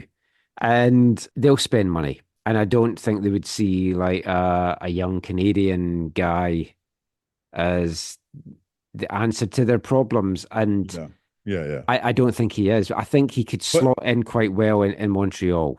But that's the thing, though. I think TFC needs some more players like Ryan Raposo in terms of every club needs players like Ryan Raposo. No, but TFC especially, because I feel like a lot of their approach has been like crazy expensive DPs. Yeah, which they've had success with and they've had massive failures with. But then their kind of next level are like not serviceable in some cases. No, they've had a couple of seasons of really bad roster build. Yeah, and then a bunch of youth, right? Yeah. But so I think it's putting them in a tough position as well. To me, if I'm Ryan Raposo, though, one of my concerns, if Toronto is where he really wants to be because of family or whatever, or just that whole being able to, say you played at home, whatever. We'll talk about this more. I think it's the next part or the two parts down the road is the John Herdman thing. Like what is happening there? Isn't anything happening there? Because that would, from a player perspective, you want to know who your manager is.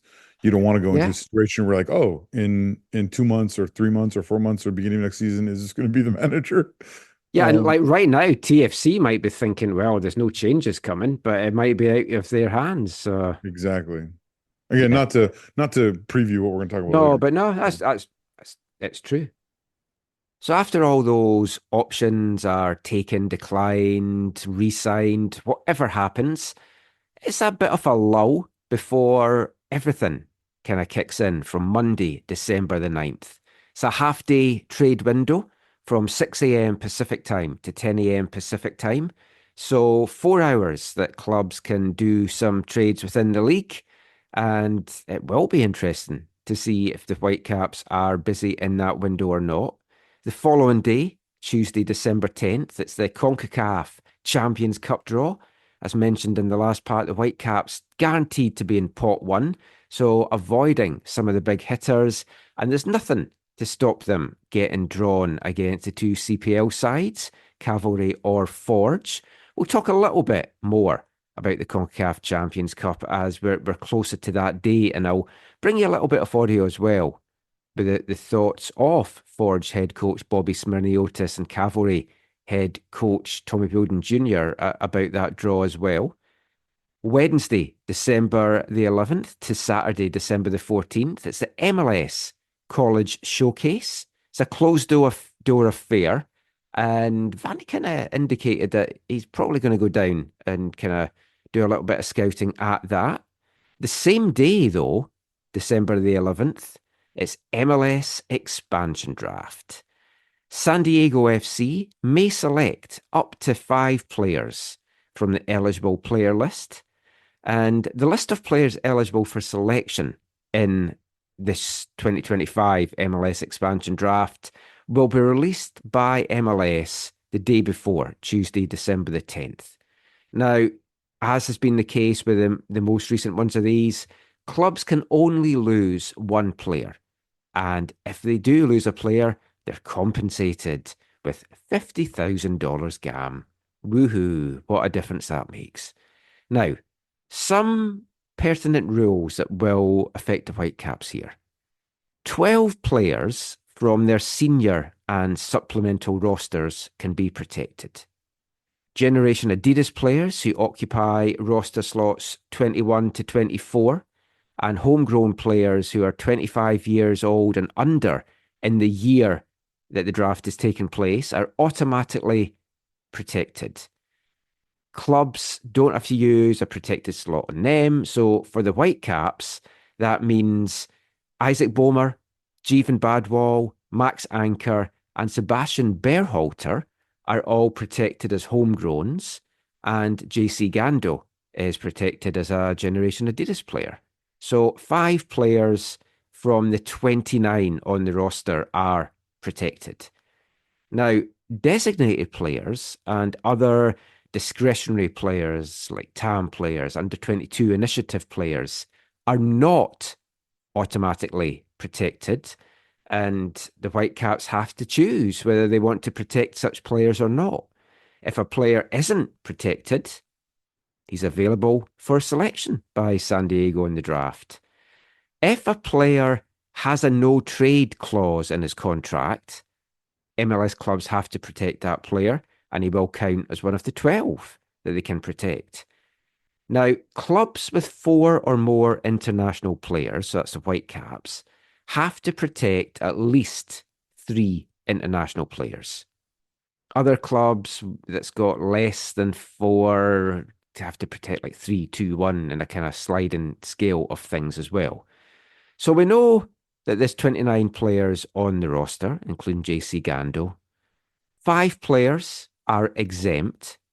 So the Whitecaps can protect 12, and that leaves 12 open for being selected by San Diego. So, I mean, naturally, that the Whitecaps will protect their 3 designated players, Ryan Gauld, Stu Armstrong, Andres Kubis. That then also hits the 3 internationals protected rule as well, so double tick there. So, Zach, who are your other 9? For me, I take the risk, I think, on the high-ticket players, although somewhat bizarrely, San Diego can take them and then try and negotiate their salary down. And if they can't get it done, the club that's had them picked doesn't have first refusal on getting them back, which is a little bit weird. But you obviously also want to protect the guys on your roster that you definitely want to keep on the team. And you don't maybe want to take the risk that they could get picked. And also, if there's a guy that you've maybe got lined up for a trade, you want to make sure you protect them as well. So taking the 3 DPs out of it, my other 9 would be Yohi Takaoka, Ranko Veselinovic, Samara Kugbe, Ali Ahmed, Pedro Vite, Fafa Pico, and Brian White for sure. And it doesn't matter if you've taken their options or not. If you want to protect their rights or you're still negotiating them, you have to protect them in this draft. So that's 7 of my 9. And I've got to say the other 2, I've kind of thought about it, and I think you have to protect 2 centre-backs. And I think I would probably protect Bjorn Inge Utvik and Tristan Blackman. I would say Laborda and Blackman are the 2 that I really want to protect, because I don't think anyone would probably take Bjorn, but you never know. But because of the salary that Matty Laborda is on, almost 950,000, I think you can take that risk on the Uruguayan, and I think no one's going to take him on that salary unless they're confident they could talk him down. Worst case scenario, if you were to lose him, although I think he's been a good player for us, it is a position that I think is fairly easy to kind of maybe replace, but you've also taken a large chunk of change off your books. Tristan Blackman is also on a high ticket, 750,000. He has been signed through to 2027, but I could see him interesting San Diego if the Whitecaps left him unprotected. So that would be my 9, leaving the following players unprotected: Joe Bendick, Laborda, Bilal Halbuni, Edier Ocampo, Giuseppe Bovallina, Ryan Raposo, Alessandro Schopf, Ralph Priso, Damir Krylak, Daber Caicedo, Levonte Johnson, and Nicolas Florio Chateau. Thoughts on that? So I think obviously you're spot on, Michael, with the 3 DPs. There's no way they're not protecting those players. Even someone like Armstrong, who, has only been able to play a limited number of games in the league. I think he would be attractive to, and could potentially be taken. In terms of the 9 that you selected, is there a chance? I would ask you this question, Michael. Is there a chance that they wouldn't protect Fafa if they're not bringing him back and they know that he's going to go somewhere else? See, I wonder with Fafa if they pick up his option to trade him. Right, okay. Get something for him. Yeah, you don't have to have picked stuff up and offered him deals and stuff to have them on your protected list. Right. Because they might still be having negotiations and it might not have come to fruition. It's like, well, we're like 80% of the way of getting the deal done, but it's not quite there yet, so we need to protect him. I think he would be a guy that would get picked. The only problem is he wants to be closer to his family in Florida, and San Diego's, well, I mean, it's still West Coast, but I guess it's probably easier to fly direct from San Diego to Florida than it is from here. But it's not the kind of move he's wanting if he gets a move. Yeah. In terms of the guys you said are left unprotected, the only 2 that I would question, would they be chosen, are Laborda. Again, I know salary could be prohibitive or not ideal or whatever. And the other one is Caicedo someone that I know? I guess they could. See, if I'm San Diego, what I want in this draft is some experience, some of the older heads that you're then going to be bringing in your star DPs, having your young guys, but you need players that have shown in MLS that they can do it. Now, Caicedo has. That's why I think if Blackman's left unprotected, they will snap him up in a heartbeat, because you're getting a centre back with top-level MLS experience. I think you're right in terms of we've seen so many different approaches with these things in the past, including, I mean, a very unique one from the Vancouver Whitecaps in 2011, or was it 2010 before 2011, whatever it was. They're still getting dividends from that draft in terms of the international spot from Colorado, which people will be talking about until, what is it, 2037 or something weird, yeah.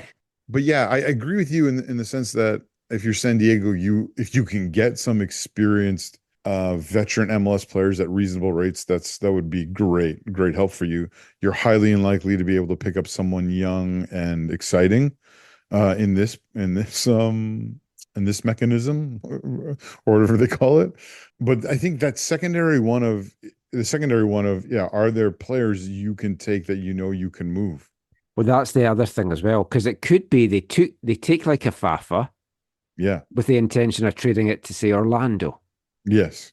And then they get someone from Orlando, or they get Gam or whatever. And that's what, in all honesty, that's what the best management people in MLS have done. And I mean, we could go through the list of 10 players that Vancouver took and critique each one of them. And we could critique Tommy Sohn on a lot of things.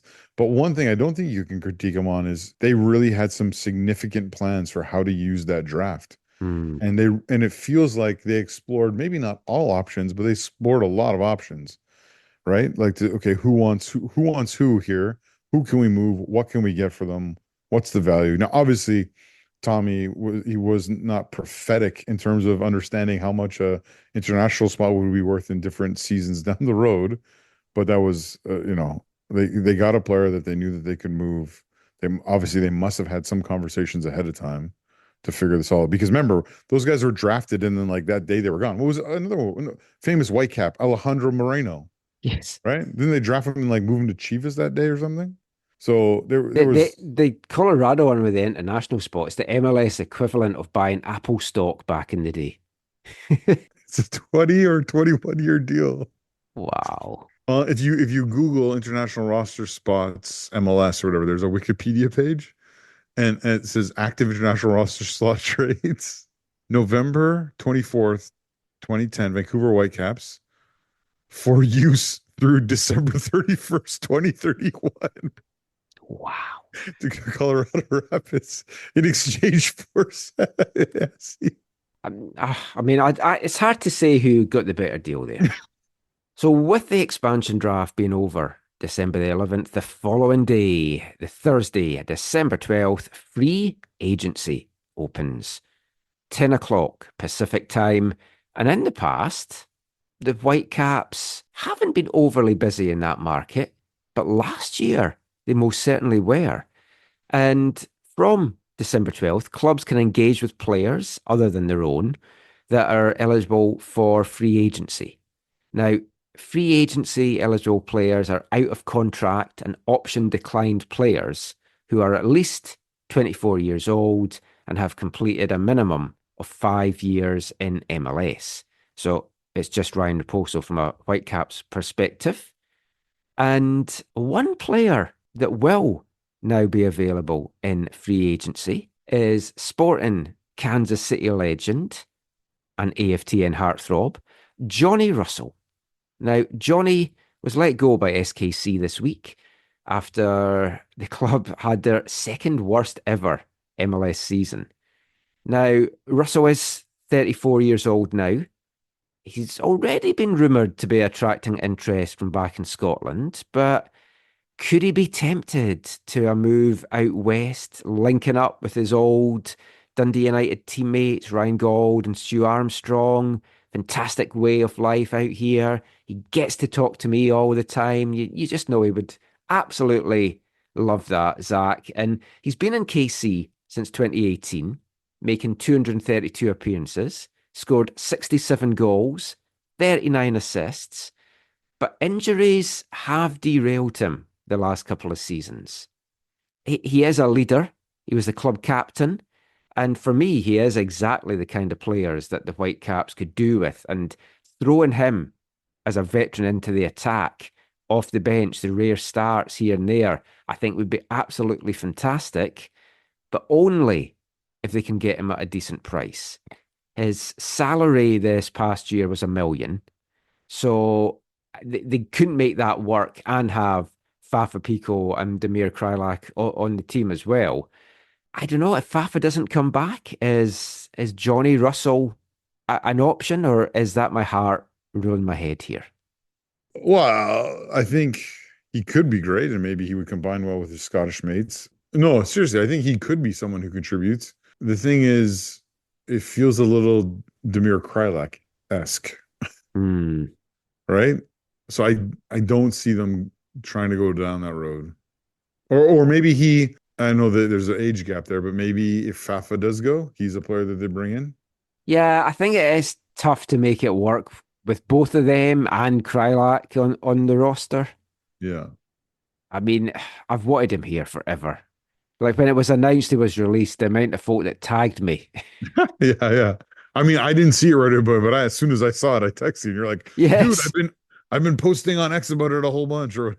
The crazy thing is, like, this wasn't a good year for him because he had a lot of injuries. He only started 18 games, but he still had 4 goals and 5 assists on a very poor Sporting Kansas City team. Yeah. How many years was he there again? 5, 7? He came in 2018. I'm keeping my fingers crossed. You never know. I'd be very happy for you. Just to rattle through some of the other dates quickly to round off this part. Thursday, December 12th is the end of year waivers. That's at 2 o'clock Pacific time. Friday, December 13th is stage 1 of the re-entry process, 10 a.m. Pacific time. That's for players that aren't eligible for free agency but had their contracts and options declined. Thursday, December 19th is the stage 2 of the re-entry process. And then Friday, December 20th, it's the 2025 MLS Super Draft. kick-off time for that still to be determined. And it's pretty late this year, just a few days before Christmas. 3 rounds. And as things currently stand in the first round, and I haven't looked at all the kind of trades and things, I don't think the Whitecaps are affected this year with that, but they currently have the 15th pick in the first round. And I mean, there's been some good selections out of that the past couple of years. I think it does still serve a purpose, less or so, I think, for guys coming straight in to the first team and more kind of with a nod to getting them into WFC2 to prove their worth. And we've seen it with recent signings, Simon Betcher, Levonte Johnson, Nicolas Florio-Chateau. So, yeah, we'll see what the Whitecaps can get out of that this year. So, still a lot to chat about over the year, Whitecaps-wise. We're going to spread it out more a little bit this year because we kind of crammed it all in just a couple of episodes last year. So we will spread our end of season stuff out over the coming weeks. So we'll have our usual end of season awards. I think we might look to do those next week. Then we'll have a round table, as I mentioned, get a few folk on to discuss some things. We'll throw an interview or 2 in as well. Had a great chat this week with 18-year-old homegrown midfielder Jeevan Badwal. So we'll bring you that in the coming weeks as well, and we'll see what else we can get lined up. So still lots of Whitecaps stuff to chat about for the rest of 2024. Don't go anywhere. Don't touch that dial. But that is it for the Whitecaps chat for this episode. We're going to bring you a feature interview now in the next part as we are joined by AFTN writer Scott Strasser to talk about all things Calgary soccer. Cavalry FC's win in the CPL Championship game, the coming of Calgary Wild into the NSL on the women's side next year, and a lot more besides. So go stick the kettle on, grab a biscuit of choice, and join us for our chat with Scott after you hear the second song from our album of the month. Hi, I'm Tristan Blackman, and this is the AFTN Soccer Show. By the time I was told to leave, I was ready to go anyway. I don't like hanging around that place for too long, despite what they think. I had a getaway car booked for 7 a.m, but it wasn't there, so I decided to walk. I had to go about 2 miles, and the roads were deserted and dark. But I know how to handle myself should trouble arise. In fact, I thrive on it. My stock has never tolerated the congenial, the insipid, or the suave. Caught in the depths of their pain carpet, social sites, glowing curtains, or check the reflection of the snook in the plastic covering in the obesity. A firm handshake that maketh a man, a well-cobbled heel is the sole of a shoe. Keeping up briskly with hang-dog tradition, a fortune posthumous praise awaits you. See them carrying on like cowboys, like they're bleeding. Finding their pleasures and confidence to see them. Calling it life for 10 months a second bleeding. Stand there closest from distant oceans. So don't approach me if you know what to say, than what you've been doing, or how much you paid for the beer in your hand. I really don't care. And I might have to kill you, which wouldn't be fair. On me. A cast iron colander weighing you down, a brush in each hand and a cluttered of minds, a tamper-proof label attached to your forehead feels sink to the bottom, wait for your kind. See them popping their shot porcelain and pistols bleeding. Salivating greatly for the money of woman. See them carrying on the comfort goblin bleeding. Gesturing wildly for a new beginning.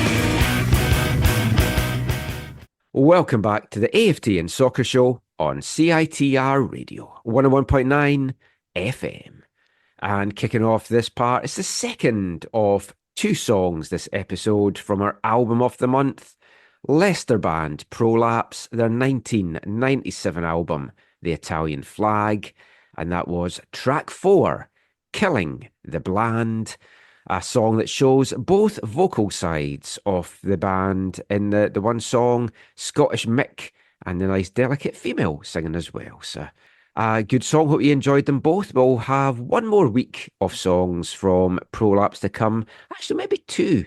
Haven't quite worked out when the shows are coming out, but we've definitely got one more anyway. But we're going to continue the football chat now, and we're moving away from the Whitecaps chat.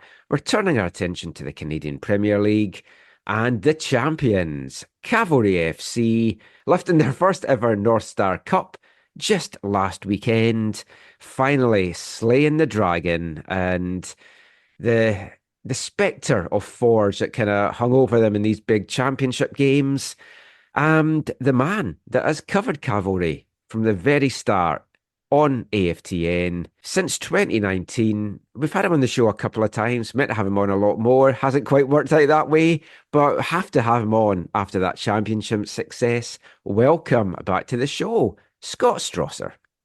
Thank you for inviting me, Michael. It's great to chat with you and Zach again. Great to see you guys. And it's always good to have you, Scott, especially anyone who has as quality a background as you do. I mean, you can't help that. Michael, you should have a background like that. I'm surprised that it took you that long to mention the background. And for those that's not seeing it, which is everyone, because it's a podcast, it's a Bayern Munich, Alphonso Davies jersey and a picture of the man. I prefer to have backgrounds of people that don't pull out of their international squads, but I mean that's just me personally. So no Dwayne De Reserve for you then? No. We will talk about that in the next part, funnily enough, but no, it's been a week for that around international soccer. But anyway, let's not get sidetracked. Yeah, Scott is on to talk Cavalry, and we'll also we meant to have you on a while back to talk about your book, Here Come the Cavalry. Fantastic name. We'll start off with that. Tell everyone about the book, and are you having to add a new chapter now? Oh man, I've been asked that question twice already, and I don't know how to answer it because that's a daunting prospect to write another chapter and everything. But yeah, no, the book was something actually that was born out of the 2019 season that I covered for AFTN. Back when I was going to almost every Cavalry home game and even a couple of away games. And I'd always wanted to write a book. And in terms of what I should write about, soccer in Calgary is a topic that I know a lot about, and I've been kind of steeped in that my whole life. I grew up playing competitive soccer in Calgary, with and against actually a lot of guys who went on to play for Cavalry that inaugural season. So I was covering the 2019 season. Cavalry was a really dominant team in the early days of the CPL. And they, of course, beat the Vancouver Whitecaps in the Canadian Championship over two legs. And I think a lot of people around Canada saw that happen and wondered, how did this happen? How did a team of players that were primarily playing in the PDL last year beat an MLS side? So I thought that was kind of the moment where I really wanted to tell the Cavalry FC story and explain, who Tommy Wheeldon Jr. was, how he had come to land in Calgary, Canada, and the impact he had on the city's soccer community, starting with his involvement at the grassroots and with Foothills Soccer Club, creating a PDL team, winning a PDL championship, and then using that roster to build the inaugural roster for Cavalry FC the following year. So that was really the impetus for a book project. I wanted to start it in 2020, and I did, but when the pandemic hit, I got very busy at my day job. So yeah, I'm a journalist in my 9 to 5. So I was very busy in March, April, May of 2020. So I kind of put it on the back burner and let it sit for too long, to be honest. And in 2022, I finally I got some encouragement from my wife to kind of get back into it, and I started to do more research. And when you think about why the Wheeldon family arrived in Canada, you have to go back to the Calgary Storm of the old USL A League to explain why they had come here. So I knew I'd be writing at least a little bit about that team. And when researching that team, I discovered a lot about the teams from the 80s, which I had heard of but barely knew anything about. So started researching those teams, did a deeper dive than I kind of intended to, and ended up producing this, really long manuscript about the history of pro soccer in Calgary from the 1980s up to and including the first season of Cavalry FC. So it was a big project. It took me about 14 months to write. And then I sat on it for another 6 or so months because the 2023 season had gotten underway. And I wanted to see if they were going to win the CPL championship.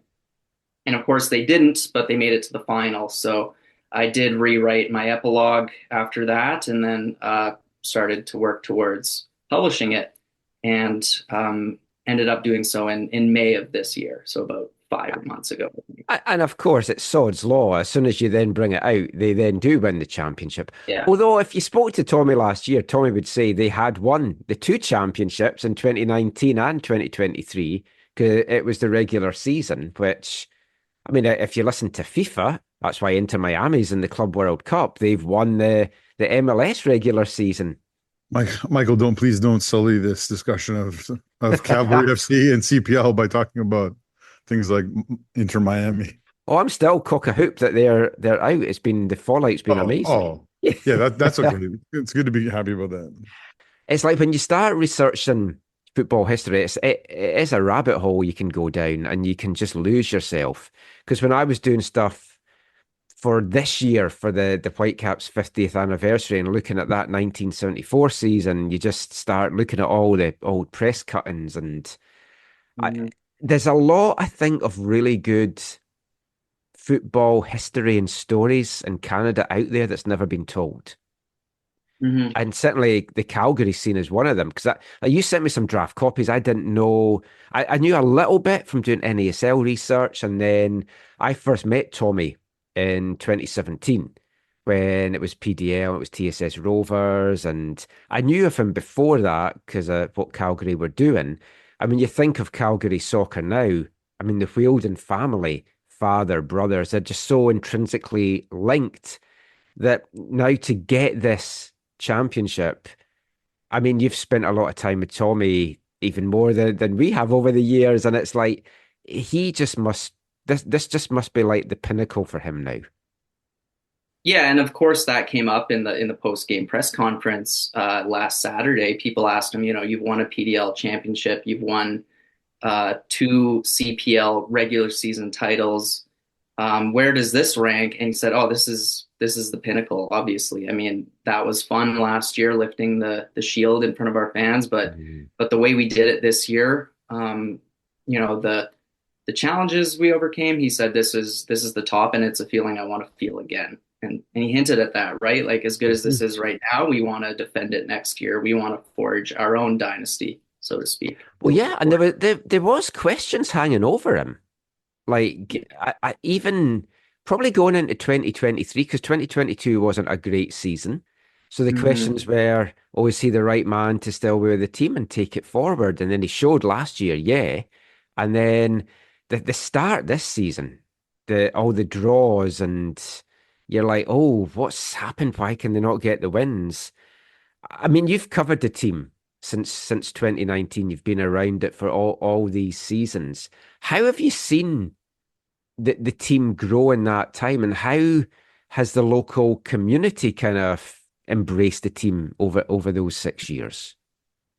Yeah, I mean, I think in terms of how the community has embraced it, you can look at the crowd on Saturday, 7,000 plus. It was incredibly loud, loudest I've ever heard Spruce Meadows, most feverish I've seen. But the hype in the lead up was fantastic. I mean, the One Soccer crew came out like a week early, so they were, going around the city doing all kinds of promotions. But cool. in general, I mean, you see Cavalry sweaters now, you see hats all over the place. You see stickers on the back of people's cars. So the teams, the public awareness of the team has definitely grown, and the fact that they've consistently been competitive in this league has really helped. And I think the fact that now that they can call themselves the playoff champions is only going to help. And I imagine a lot of people who maybe were at their first Cavalry game last Saturday will want to be back next year, or may even want to get season tickets. But the team, yeah, it's done a really good job. I think it's been a slow growth, to be honest. It wasn't overnight, even though 2019 was such a great way to start. But I think 2019 laid the foundation because they were dominating the regular season. They got to play against the Whitecaps and Montreal Impact in the Canadian Championship. They made it to the final. So they had some big games. And then, of course, 2020 being almost canceled and then turning into a bubble tournament kind of slowed them when they were, really finding their stride. And they almost had to start over. And in 2021, it was almost a completely new squad, right? Like, I think there were 16 or 17 new players from the 2021 season that weren't playing in 2019, and it showed. I mean, they were still, I think, second place, but they had lost some of their killer instinct, and they went out in the semis to Pacific. And then, in 2022, it was another bit of a rebuild, and you could see that they had some really good pieces, but they sold their best players midway through the season. Victor Latourie, Erben Peppel, for instance. I think there was another one as well I might be missing. Karifa Yao left, I think, around that time. But 2023, it finally felt again like it did in 2019. They were really good. They were winning. It took them a while. It was similar to this year. They were drawing a lot at the beginning, but once they found their formula, it was a really strong team, and they almost got the double, but I think they deservedly won the CPL Shield. Scott, you talked about some really great things there in terms of what's helped Cavalry FC grow in its time in the CPL and as a club. Obviously, I want to ask you about a couple of things that maybe either helped with growth or perhaps are a hindrance to growth, or perhaps have taken a while to be meaningful within the larger Calgary community. These are actually topics that we talk a lot about here on the West Coast, both with Pacific and with Vancouver FC in their own way. But the first one is, well, I'll tell you what both they are, and you can address them as you see fit. But the CPL, when it was launched, took a very specific approach to naming the clubs and making an identity for the clubs. So I guess my first question is, how have you seen that from your perspective? Has that been a positive thing? Has it been a barrier to growth? Has it helped with growth? Has it become meaningful, the whole, Cavalry, as opposed to being called Calgary? And then the second thing, one of the big issues, for any football club anywhere in the world is where you play and where that is situated. And I wonder if you could talk about maybe the pros and cons of Atco Field and Spruce Meadows as a home, but also its geographical location in the south of Calgary. I'll start with the location of Atco Field, and then I'll talk about the name, because I do have thoughts on both of those things. Atco Field, of course, as you guys know, it's southern tip of Calgary. It's technically not even in the city of Calgary limits. It's located in Foothills County. It also was not on my GPS when I was there in 2019, because I hadn't updated it and I got lost trying to get home. But that's another thing. And at the time, the ring road was under construction, so it was it was a nightmare to get there. Yes. When it launched, and that was a big concern. It was brought up in the preseason, like, how are you guys going to help facilitate fans getting here, because it's not central at all. For people in the south, it's easy enough, but if you live north of downtown, it can be a half an hour plus, even in light traffic, to get there. So they did a great job with shuttling fans in 2019. They had free shuttles from the southernmost stop on Calgary's LRT system. And that was, I don't know how many shuttles would go per game day, but it was a decent amount. And they had that option, and then they had the shuttles that the Foot Soldiers supporters group would organize from the pub, Ship and Anchor on 17th Avenue. So they had some ideas to mitigate the location struggles. And then, of course, I think in 2023, they did away with the shuttles. Spruce Meadows did. And this was pretty unpopular with like the foot soldiers were really vocal about it. And I think a lot of fans, said, well, I'm not going to come to games anymore because, yeah, pay to park, or, it's just going to be way more of a hassle now. So location, yeah, sorry, Zach. Was that just a cost saving measure by the club? I believe so. It was a long time ago. I mean, at this point, it was before the 2023 season got underway.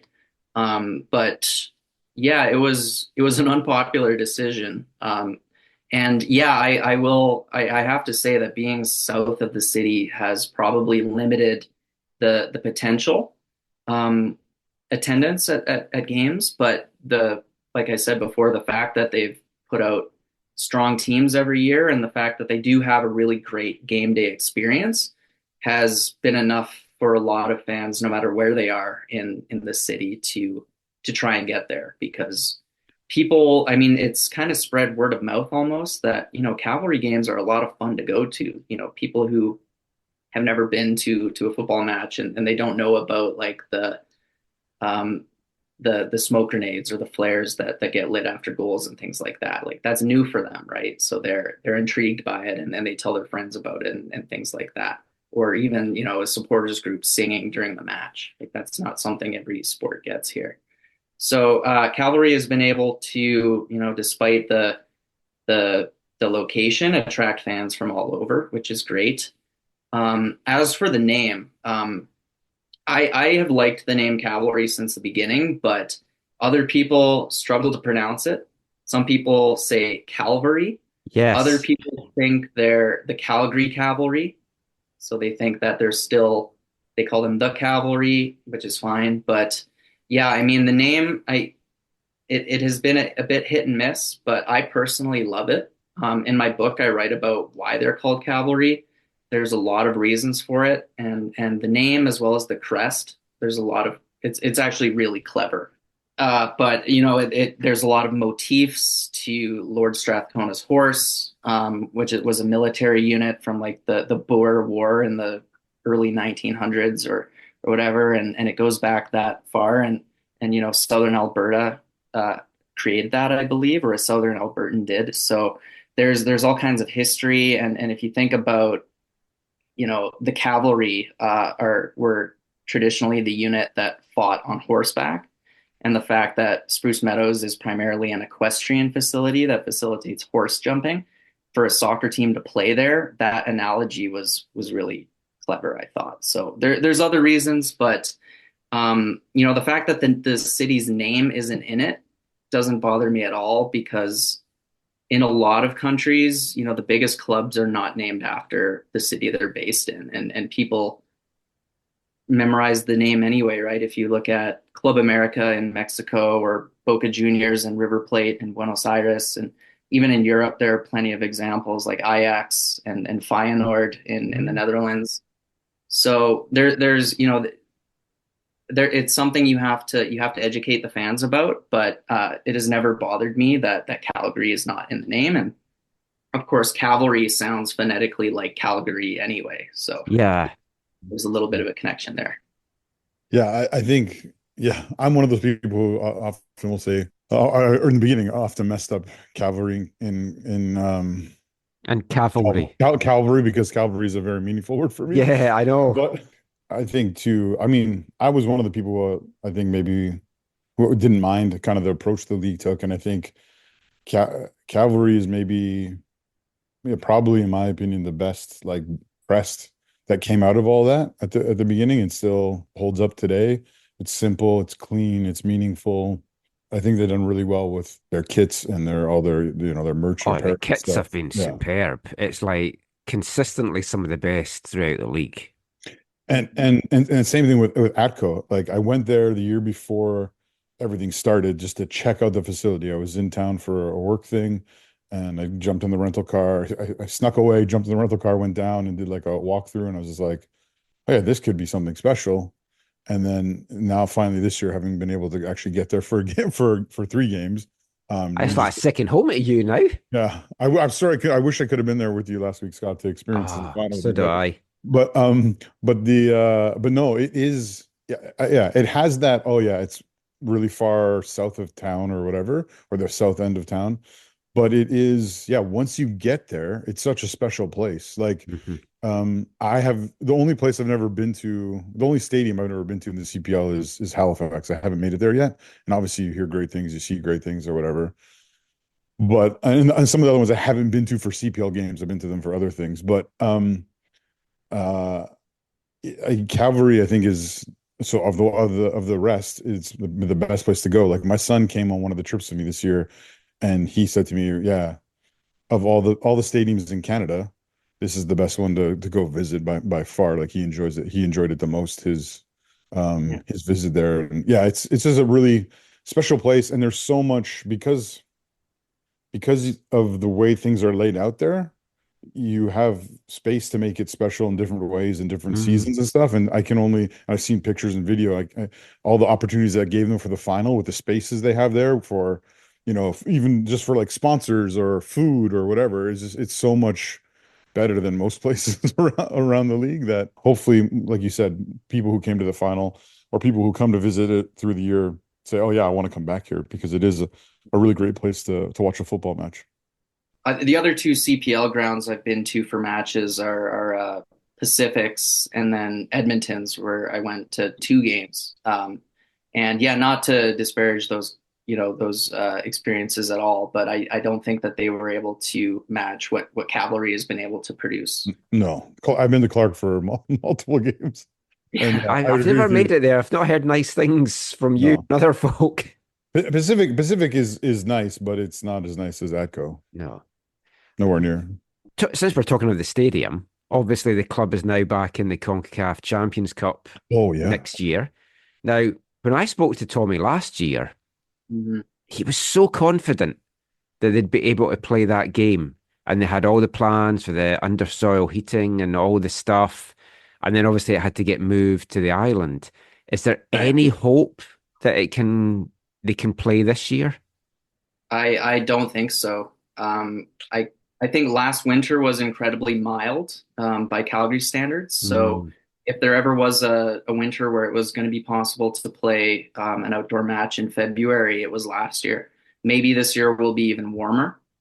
But chances are, no, I don't think a match could be played there. McMahon Stadium, which is where the Stampeders play, they are, I believe, replacing the turf. Yes, I believe as soon as the last Canada West final was played there 2 weeks ago, they were going to start digging it up and putting the new turf in. Whether that would be ready for February, though, I don't know. That's the question. I don't think it would be. But there is, I think the reason last year that they didn't play at least in Edmonton, which would have been a lot more feasible for Cavalry fans than flying out to Victoria was because there was an event at Commonwealth. It was like a snowboard event or something. Oh, okay. So I'm banking on the game in Edmonton. If they get a home game, well, they would get a home game. I mean, that's so unfortunate they can't have that at home. Yeah, if they at least could have it in Alberta, that would be good. The fans can get there, and like trying to get over to Pacific again would be horrible. I mean, even if they could have had it at BC Place, it wouldn't have been as bad. But well, wasn't the whole thing last year was cheaper for a fan to go to the game in Orlando than to go on the island? Yes. Yeah, like that's crazy. Yeah, because like the price of travel within Canada is like insane. Yeah. I can fly back to the UK cheaper than it is to get to the Maritimes, and it's like that. It shouldn't be like that. Yeah. Ridiculous. Like I mentioned, I've been there once, and I really liked it, and I hope to get back. That was in 2019. It was for the Whitecaps game, and when I checked into my hotel, it was during Stampede, and the receptionist was like, "Oh, you here for the Stampede?" I'm like, "No, I'm here for the soccer," and she was very confused that there was a soccer team in Calgary. We've touched a little bit on that. It's like, has it got more well-known? You kind of said it has. And What has this done, this championship, and has it made the news cycles? Like, has it been in the newspapers? Has it been on the local TV?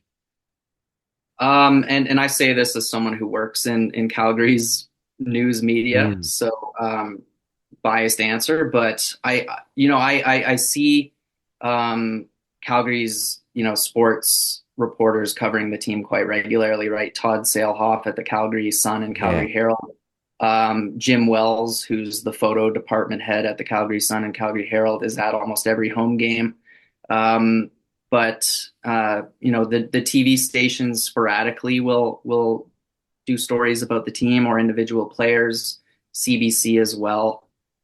There are still, if you go to the media section on game days, there are a lot of people there on behalf of blogs or podcasts, like myself, for instance. But I think Cavalry's mainstream media coverage is decent. I think I want to say it's maybe better than in other cities with CPL teams, but I can't confirm that. Well, from being on calls, there's a lot more folk on the Cavalry calls than on most of the other teams in the league. And that was the case when I went to Edmonton. But when I went to Pacific, I did see like Cleve Deanshaw was there, and I think some other Manuel Veth goes, and like AGR goes over quite a lot to there. But like, I think all across the CPL though, a lot of the blogs and the podcasts that were there in the early days have kind of dropped off now. And it's just obviously life gets in the way and folk move on, and not everyone's as committed to doing a podcast every week since we have from 2013. And I can understand why, because I think we're insane for having done that in some ways. But talking of podcasts, you also do a podcast. Yeah, it wasn't my initiative, but it's a kind of cool origin story. The guy who started it is kind of like a fellow footy aficionado named Jason Kmet, and he works in Airdrie as a pharmacist. And as you may remember, I used to work. I was the editor of Airdrie's weekly newspaper. I do remember, because Airdrie is a place in Scotland, and it always amused me that there was a place in Alberta. It's a horrible place in Scotland. Named after the Scottish city. There's been an Airdrie FC, but in Airdrie, Alberta, but it's just a men's team. It's very non-competitive. My roommate in my freshman year of college was from Airdrie. Was from Airdrie, really? Yeah. Wow. Well, Airdrie is 80,000 people now. It's Alberta's fifth largest city. It's expanding really quickly because so many people from Calgary moved there.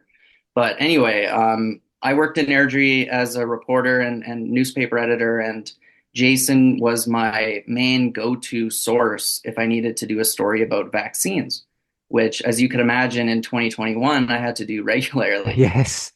So I would interview him for stories for the paper, and he would tell me like, oh, hey, I'm a big, soccer guy. I know that you cover Cavalry.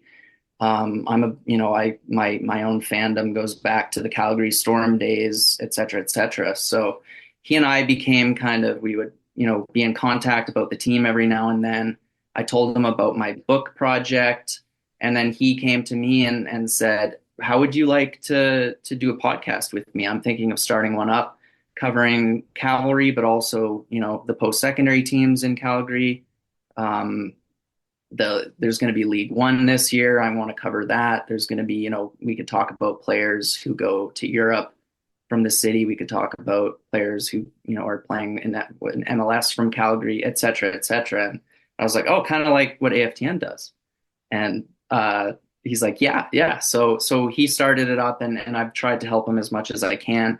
He's really, the engine behind it, but it's good. It's growing slowly, but I think we're filling a niche in the city because, not League One Alberta was not getting a lot of love from mainstream media. So. No, that's why I love the podcast, because it's like it covers everything, and it's like, to me, that's what I know. Like, we have folk that listen to ours that's got no interest in some of the stuff that we do, and it's like, that's fine. It's like you listen to what you want, and it's like, if you can do a section like covering League One that appeals to a small section, and they're like, no one else talks about this, we love it.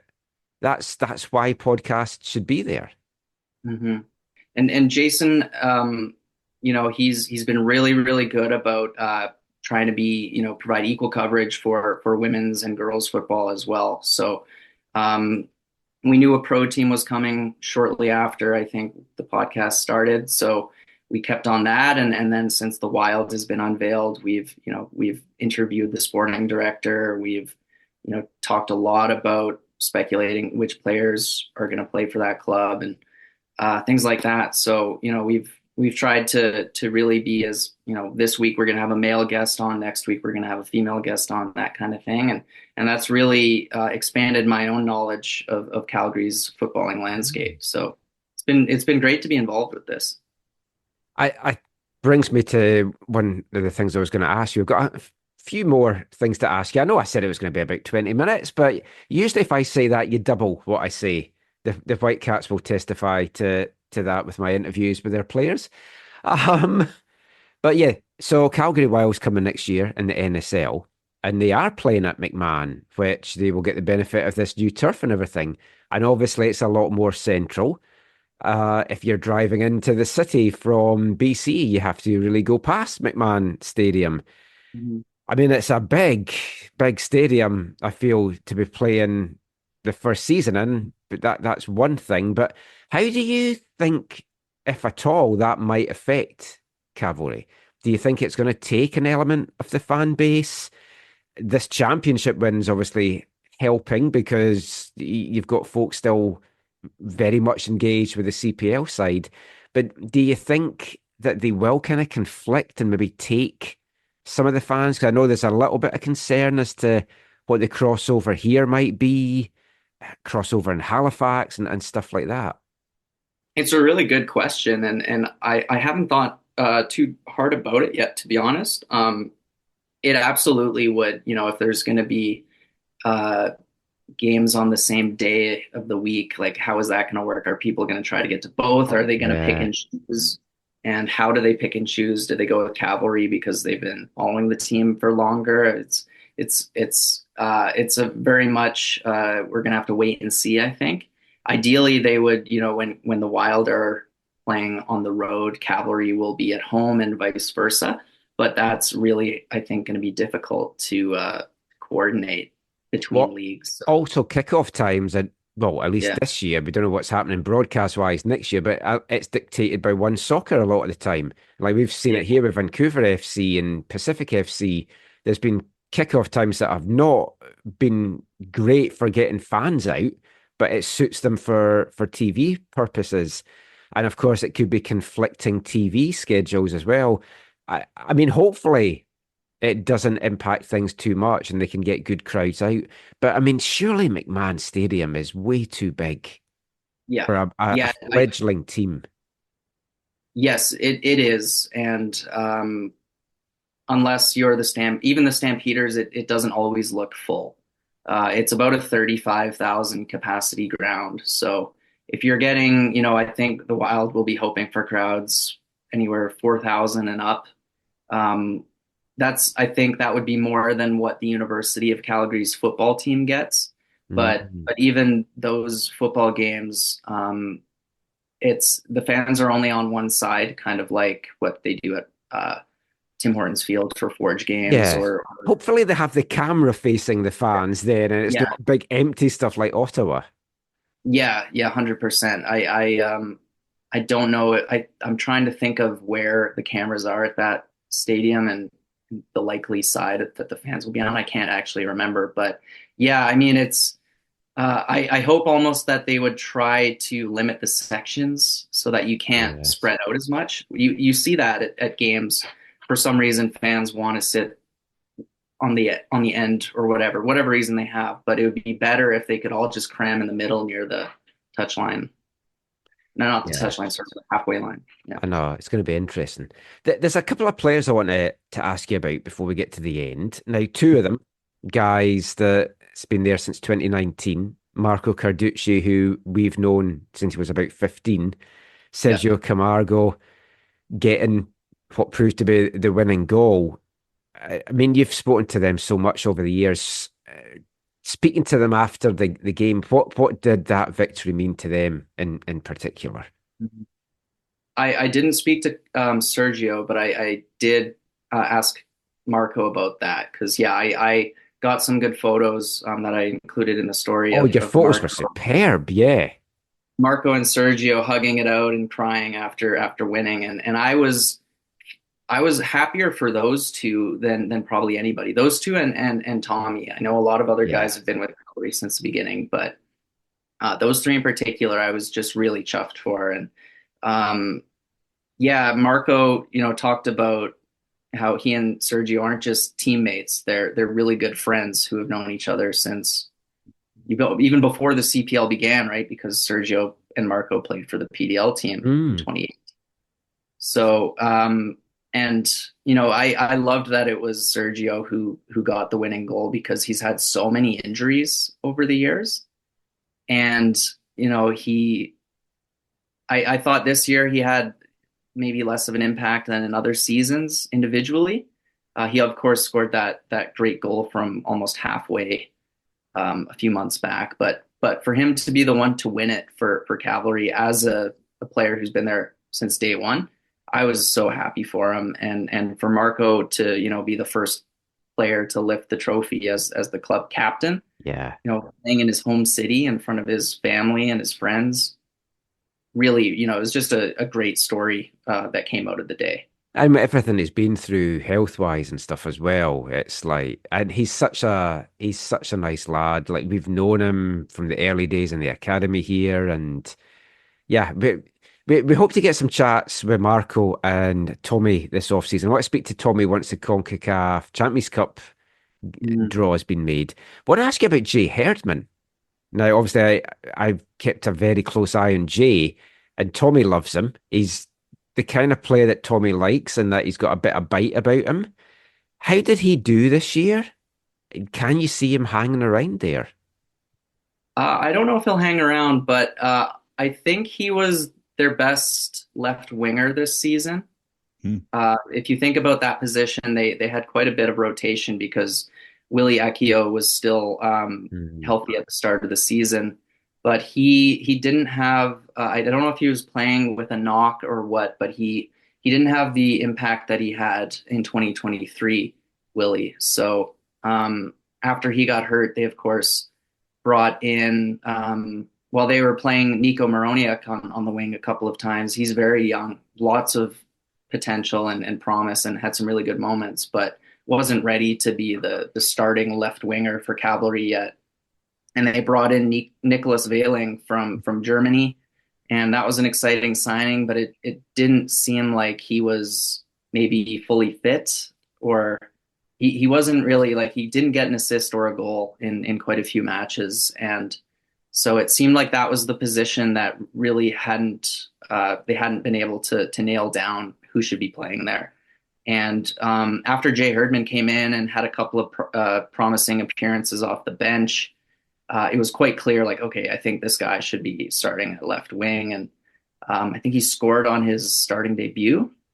So as soon as he got the opportunity to start, he took advantage. And he didn't, I think, he didn't score after that, but I'm pretty sure he was a lot more involved in the attack than maybe some of the other players I mentioned. And yeah, he was a good mid-season signing for sure.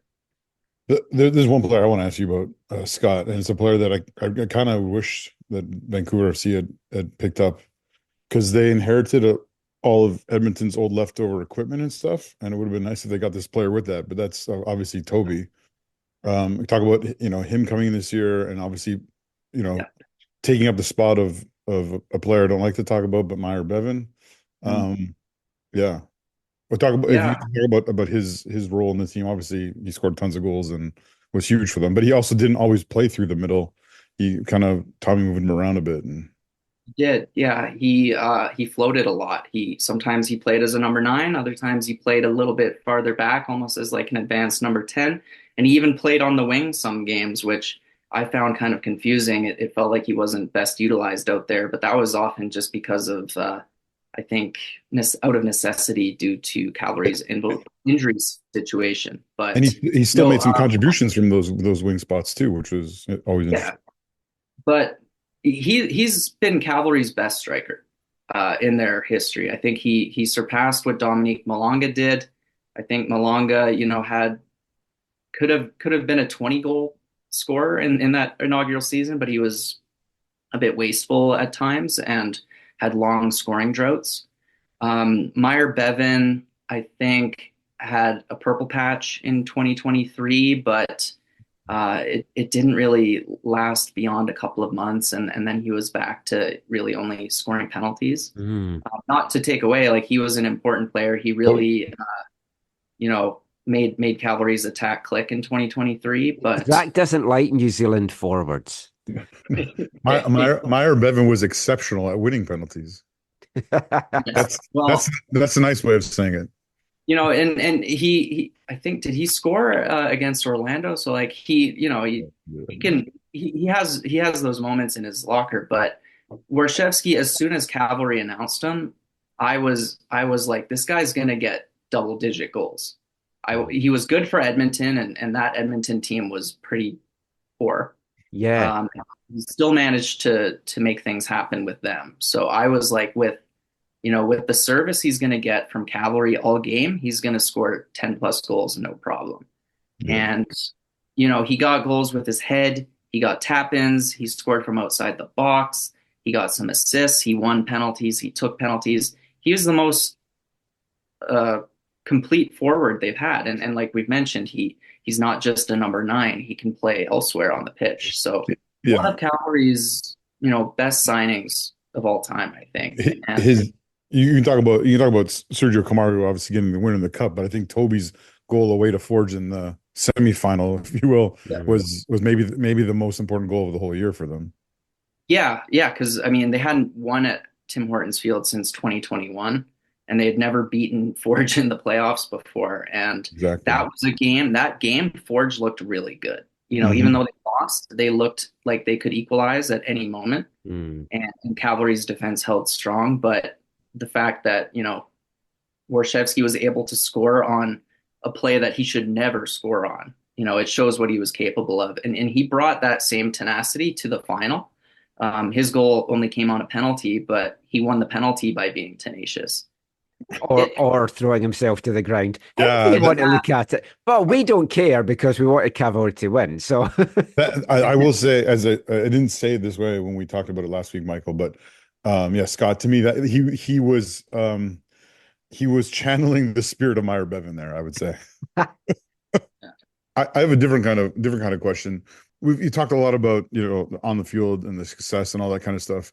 One of the other interesting things to me about Cavalry, and obviously, coming into the CPL, Cavalry and Forge kind of had this head start with like their coaches coming out of these youth setups where they had brought through players, where they had proven themselves. They had these significant connections to those clubs that continue to help. They're to help and to not just the first year, but continue to help their CPL sides in the years after. But the one thing I'd like to maybe hear your thoughts on, Scott, are how Cavalry has done at this whole developing people for like the business side of football, because obviously they have they're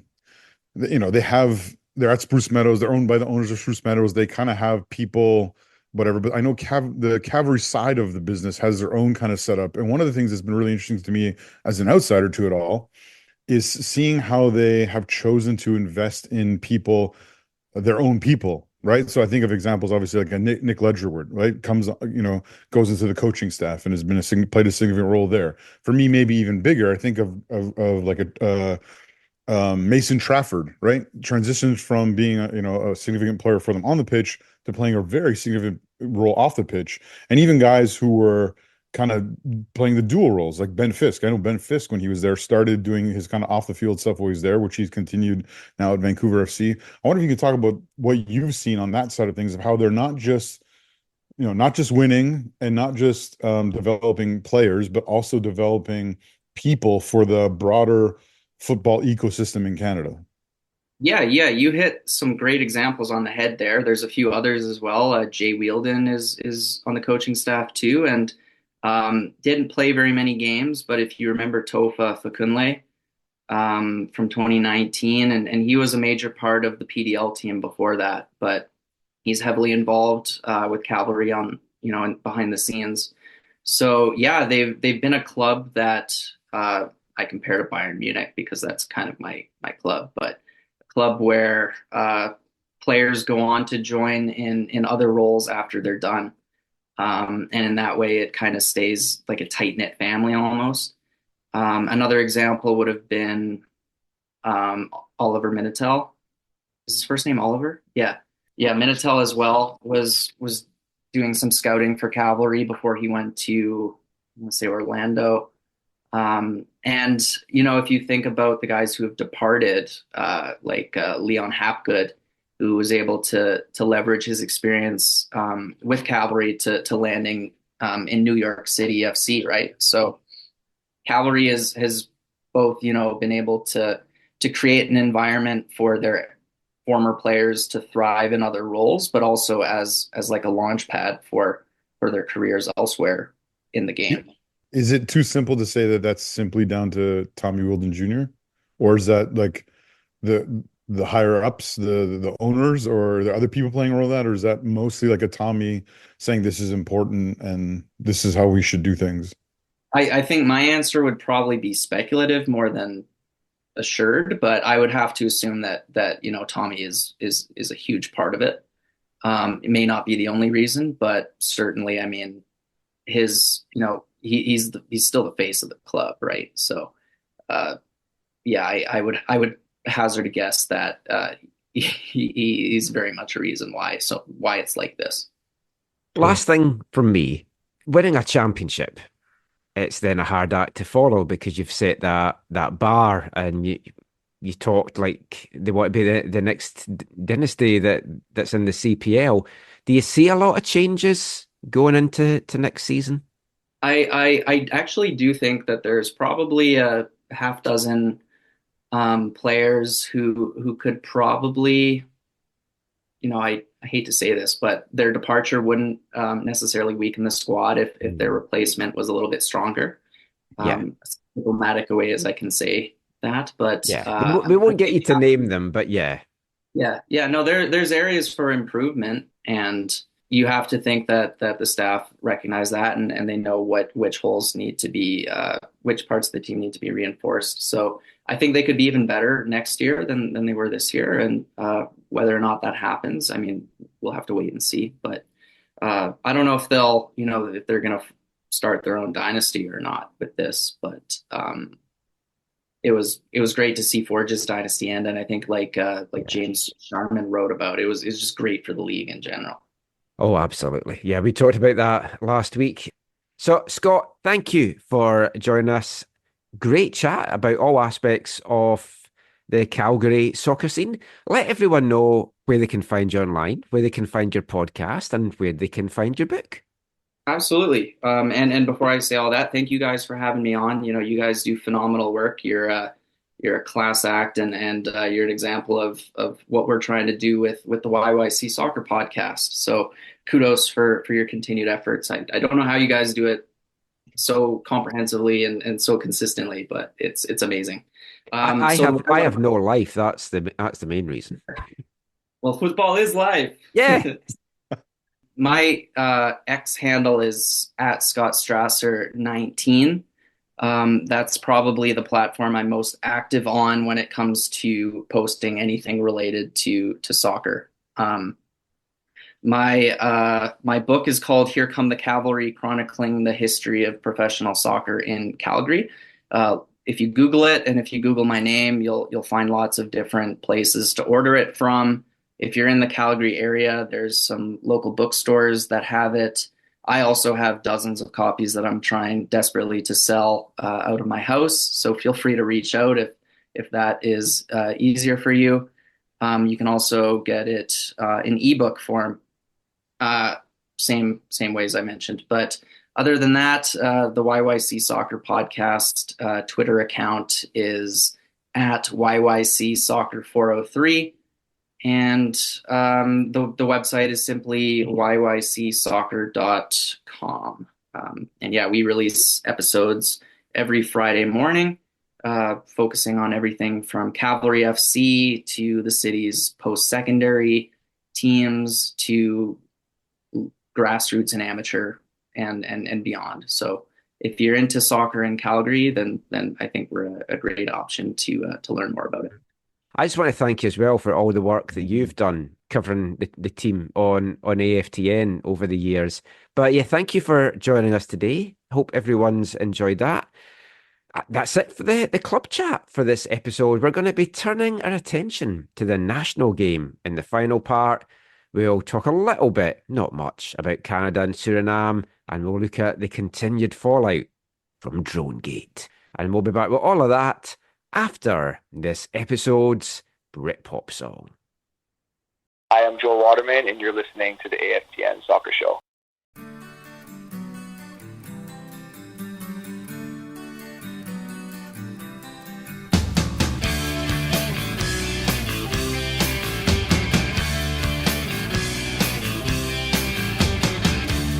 I dreamt I was asleep.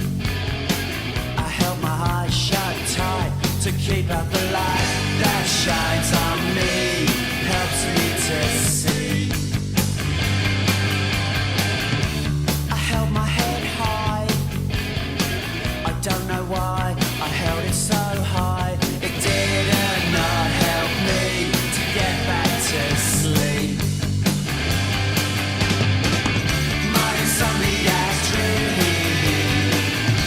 it's taken over me.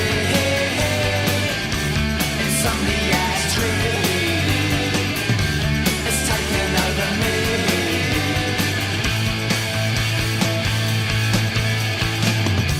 I dreamt I had a view, a simple view. It was nothing new, but it was mine, all mine. I held it with pride. How little did I know, a simple view and other eyes just grew into something I didn't recognize. My insomniac dream is taking over me. Insomniac dream is taking over me. Yeah.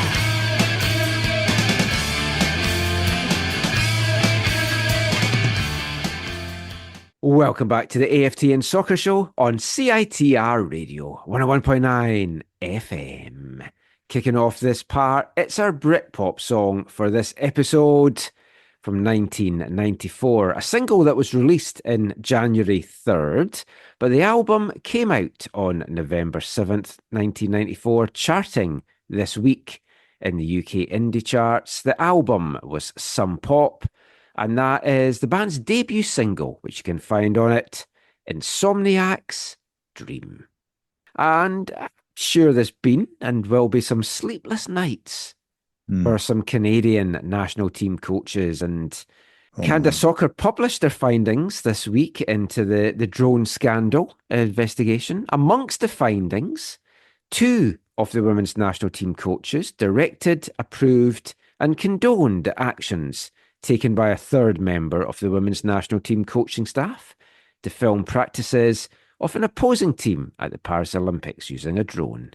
The drone footage was not viewed by the women's national team players, and there was no evidence of anything at Tokyo 2021, probably because the country was in lockdown. But there was also a lockdown this year, which was why they got caught. So I think we know who the 2 women's coaches are, considering it was then mentioned that Bev Priestman and Jasmine Mander would not be returning to their roles at Canada Soccer, and the search was on for a new women's national team head coach.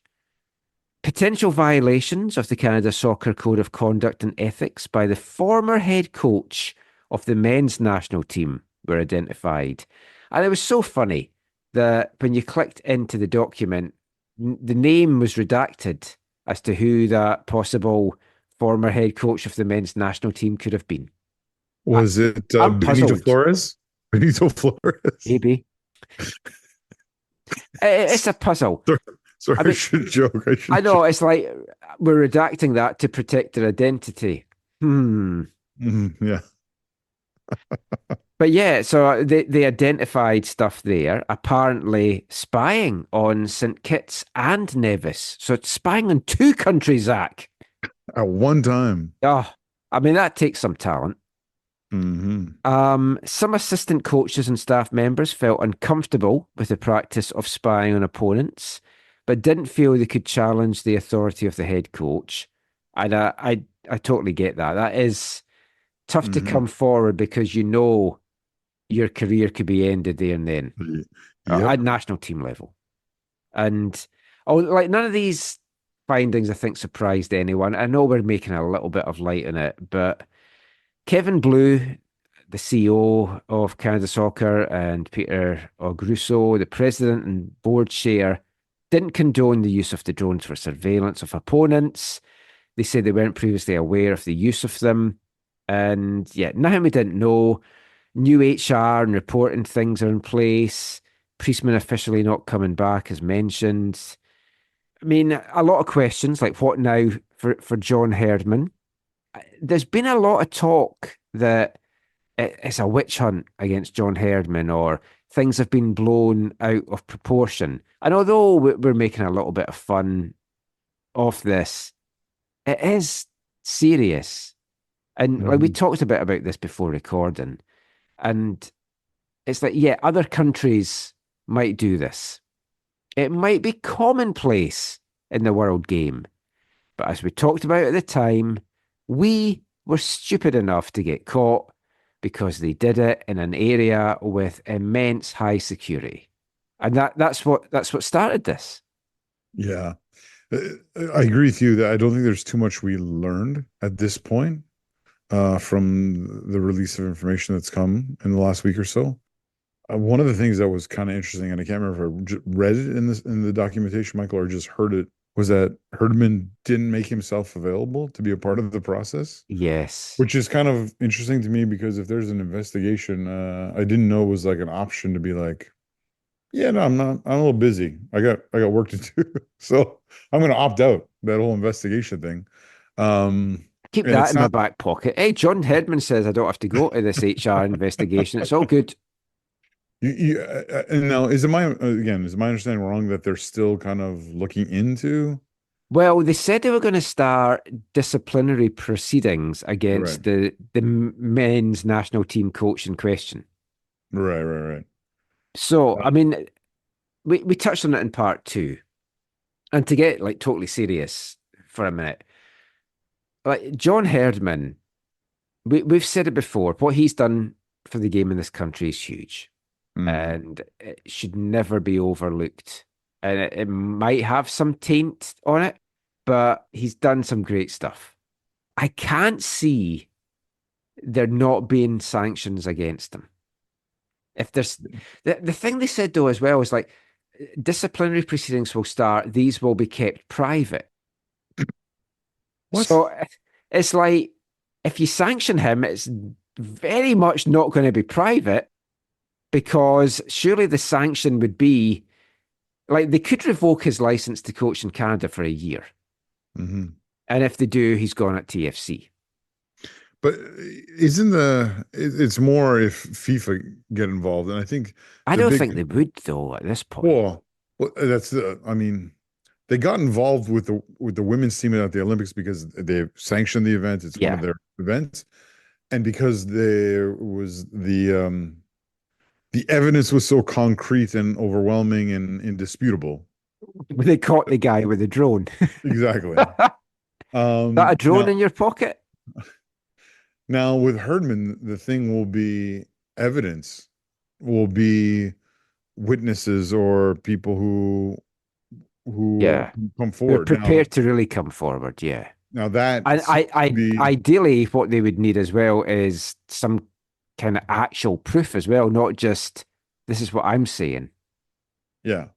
Now, you and I were talking about this, like you said, pre-recording, and we referenced an article from, I want to say, like July 26th. Oh, yeah.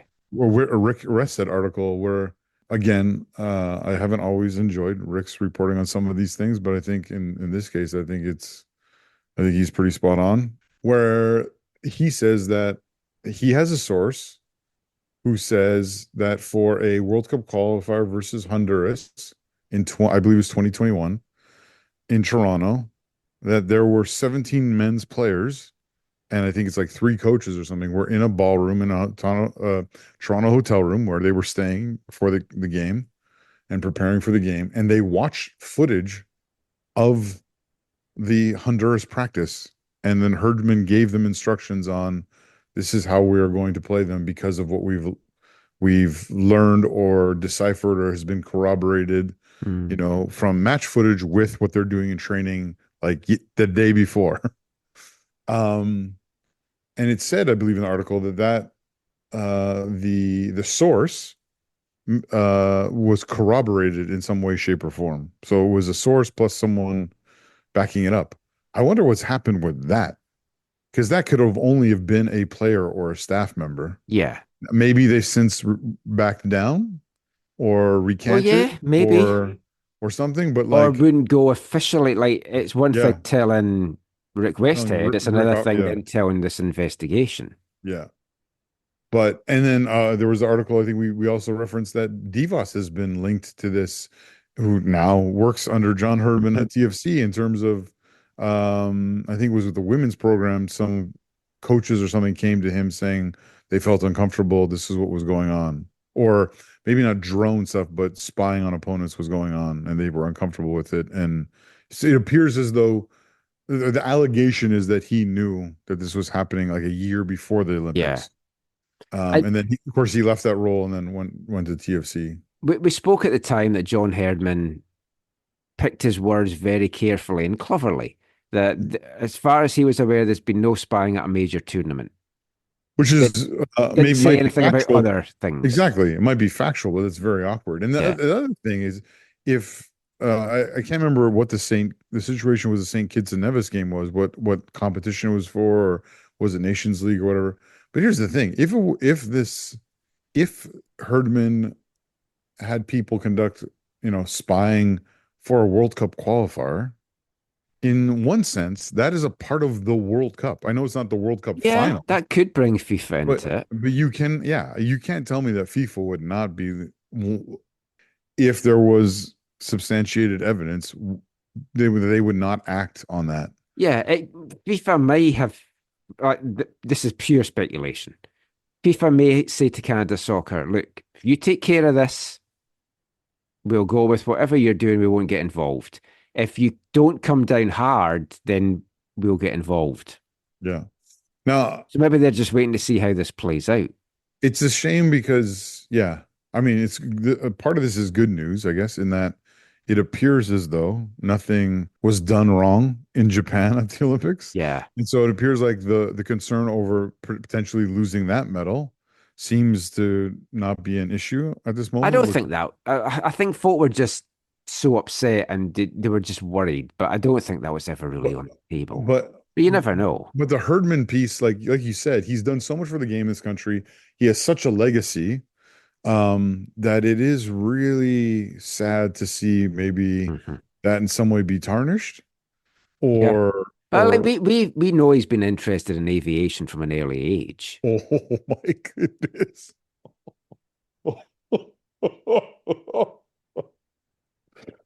Oh my goodness. I can't believe you said that. Wow, that is, that I don't know what to say about that. That's a very interesting comment, Michael. But no, in all seriousness, I think there are people who are fans of TFC who see this as nothing or insignificant, when I believe if they were contravening the rules or the moral code of the game, then they need to, or John or whoever needs to account for that. And I have no desire to. I'm not someone who like, oh yeah, I hope they stick it to him because he's at TFC now or anything like that. In one sense, I'm sad. I mean, many moons ago, I once made a small little display for I think it was a Canada Japan friendly at BC Place, where we made a Canada flag with the and on the leaf was in the middle, and it was 3 parts, and the one side of the red part was an image of Christine Sinclair, and it said legend, and the other side was a image of John Herdman, and it said genius. Oh, Some people did say he looked a little bit in our depiction like KD Lang, but I didn't see that myself. Someone else mentioned that, which is, I don't say that with no commentary. That was just what someone once said. But no, this is unfortunate. I've always appreciated my interactions with him. I've always appreciated what he's done for the country. If it turns out that he did that on the back of methods that are unbecoming, makes it does tarnish things to some degree for at least some people. yeah. I mean, this isn't going to be a popular opinion. I don't really care that they were spying because other countries are doing it. I think it was sheer stupidity to have done it at the Olympics and get caught and then bring all this to light. I don't understand why you're spying on countries like St. Kitts and Nevis, to be totally honest. It's like you shouldn't need to do that. Yeah. Because if you need that help to get past a country like that, then I don't know. I need to ask Atiba about that. I don't know if it was during his reign there. Oh, right? that's the point. Atiba's the head of the federation now, right? Oh, is he? Yeah. He's yeah. I'm pretty sure he's talking of another Whitecaps draft pick from yes from 2010. 2010, yeah. But I need to ask him about that. Yeah, like honestly, the fact that there was spying involved. I mean, we were talking about Bielsa getting caught at Leeds, and the difference with it is he put his hands up and said, "Yep, I was doing that." John Herdman, as we said, was wriggly, picked his words carefully, hasn't put himself forward for this inquiry. Bev Priestman came out in front of the camera and said, "I don't know anything about this." So I think when you're not coming out and admitting it, that then brings you the flack. Yeah. I can't see any way that John Herdman doesn't get a 1-year ban from coaching, which would obviously end his time at TFC. Is his stock good enough that someone would take him on here? Well, we just talked about Bruce Arena in an earlier part, and I mean, I thought he was going to come back into coaching, so never say never. But it does feel for maybe Bev and John that their futures will lie outside North America. Yeah, for John, I mean, we always thought, oh, will he want to go back to England and try his hand in the pressure cooker of his homeland? That would be interesting. And yeah, I mean, obviously away supporters would use this as fodder, but you're right. I think there would be multiple clubs that might be willing to take a chance on him if they rate what he's done. Like genuinely though, I don't think supporters over there would care too much. Maybe a couple of games initially, you'd get a bit of banter or any derbies or whatever. I think ultimately folk won't care. So I mean, I guess we'll see what's to come. Obviously, the search is on for the women's national team. They're playing a couple of friendlies over in Spain in the coming weeks as well, and you'd imagine it's going to be the same team. Andy Spence seems to have come out of this unscathed, so that is interesting. There is at least that, but yeah, the search for that goes on, and we'll see what happens with John Herdman. Just last thing in this part, we'll talk about the game that was kind of played on the pitch on Friday. Not a lot. Canada-Suriname in Suriname, a 1-0 win for Canada. Junior Hoylett, 83rd minute winner. Not a classic. Brilliant setup with the goal by Jonathan David. You're right. Brilliant timing off the run from Junior Hoylett as well, because I thought he was offside. But a nice finish. Nice finish. It looked like he was in top form, Hoylett. And to be honest, I when I saw his name included, I was just like, why? Like, why are we going backwards? There's younger people you look. I mean, they've been looking at some young people, but I thought, oh, maybe there's some younger players they could look at. And Junior proved me wrong. Yeah, you're right, Michael. It was not a classic, but these are the kind of games that Canada has to continue to win in CONCACAF. Going away, getting an ugly result that sets you up for a second leg in this case, or gives you points in your World Cup qualifying after obviously 2026 is over and we're trying to qualify for 2030 and whatnot. But yeah, you need to be able to do this. And I know it wasn't pretty. It's 1-0, but it is a victory. It is a clean sheet, and it sets them up very, very well for the game in Toronto on Tuesday night. Yeah. Which hopefully people are listening to this before that happens. I will say it was fun to watch. I told you this. I have a strong appreciation for Geraldo Becker. Played in the Bundesliga for Union Berlin and really shone there for a number of years, especially under Urs Fischer. Helped him get into the Champions League. Played for them in the Champions League.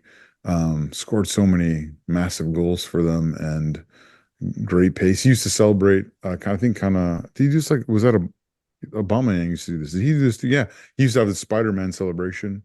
So I think I don't know if he wore. I think he wore the mask, but he would kind of do a web kind of pose when he scored. We always enjoyed watching him. So it was kind of fun to see him play against Canada, even though I didn't want him to win, obviously. But yeah, interesting times. Yeah, and Tuesday. They got to go. One thing that was actually I kind of enjoyed about watching this game, the quality of the football aside, was seeing that these different players that were brought into the match in different positions. And I enjoyed watching the match, even though it wasn't the greatest game of football. And it will be interesting to see what happens in the Toronto game if they maybe say get up by a goal or 2 or 3. Obviously, we would both love for Theo Bair to get in there and score. But really, who are the guys that came on now? I can't remember. There was a few guys who came on in that game where I was like, oh, it's good to see them get in. I think I blocked most of that game. It was one of those games that was getting so boring for me that I kind of just had it on the background, so I wasn't paying tons of attention to it. As the game went on, I watched it more and more. The first half I did not pay close attention to. I know Canada was better in the first half than the second, or like the football I think was better in the first half than the second, but yeah, I mean, grinding out the win, that's what it's all about. And yeah, it was ugly. If we want to talk about ugly as well, I take it you saw what happened at the end of Honduras, Mexico. No, I did. I've watched very little other international. I've only watched one highlight. It's like, but I know you're not on much as well. So the Honduras won 2-0. Hondurans fans celebrating by chucking a beer can at the head of the Mexican head coach and cracking his head open, and he was covered in blood. Who would do that? They are going to get sanctioned. Was it a closed can? It must have been a closed can. I don't know. Yeah, there's no way an open can would do that much damage. But his head was gushing.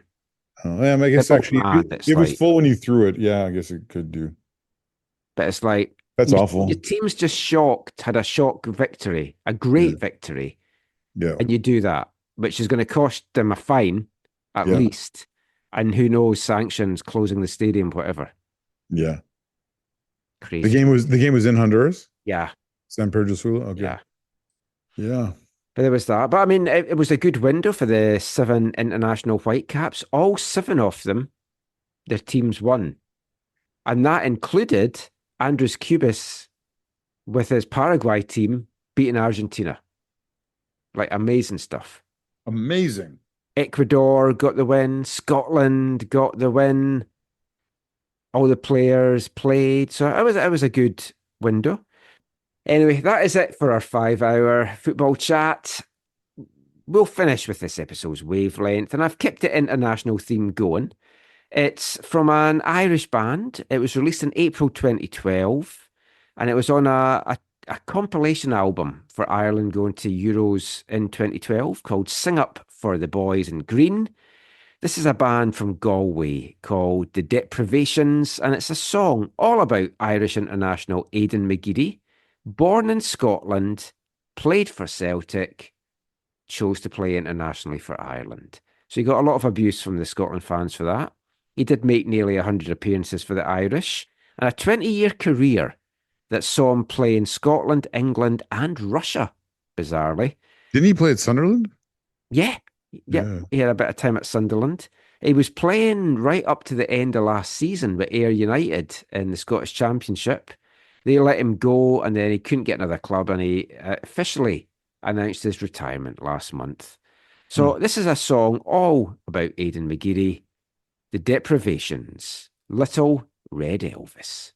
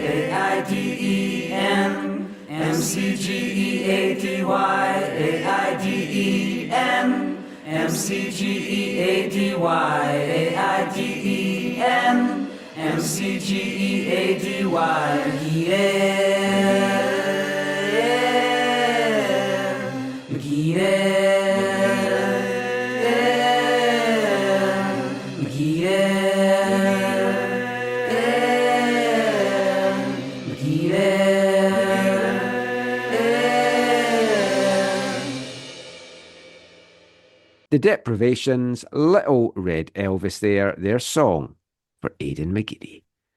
that is it now for the show. We'll keep the goodbyes brief because the rest of the show hasn't been. Any final thoughts from yourself, Zach? No, it's been we've been on this Zoom call for almost 4 hours. In 1 minute, it'll be about 4 hours. But it's all been good times. Happy birthday to you again, Michael. Blessings Thank you. as you celebrate. I think the next couple Sundays I'm going to be watching VMSL at Willoughby. No, you're not. You're going to be watching FVSL. Oh, did I say VMSL? Yeah, VMSL doesn't go out to places like that. Right. Sorry. I'll be watching the Fraser Valley Soccer League come to Willoughby Community Park. Yeah, give us a follow, all the usual social media places. We talked about Blue Sky. We're still on Twitter, AFTN Canada, Instagram, AFTN Soccer. It'd be nice if we had the same handle for everything. I know. Maybe I should look at that. I don't know. But thank you, as always, for listening. It's been a lot of fun, a lot to talk about. We'll be back with another episode soon. Until then, thanks for listening. Stay dry. And as always, Mon the Caps.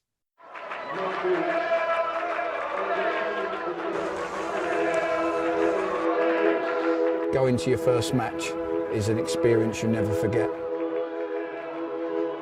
The atmosphere of what's going on around the pitch looks beautiful, and you always look and go, wow, I'd love to play here one day. If you get the bug, it's going to stay with you for life.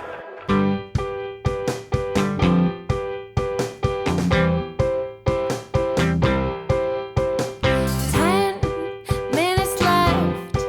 Yeah, but there's still some time. It's not the final score. We need more than the numbers we're given. Show us you live and breathe the game. You're more than a name. That's what we came for. We can bring you more than the score. Every story. Let's take this thing off of the field into the real world, away from the numbers, away from the numbers.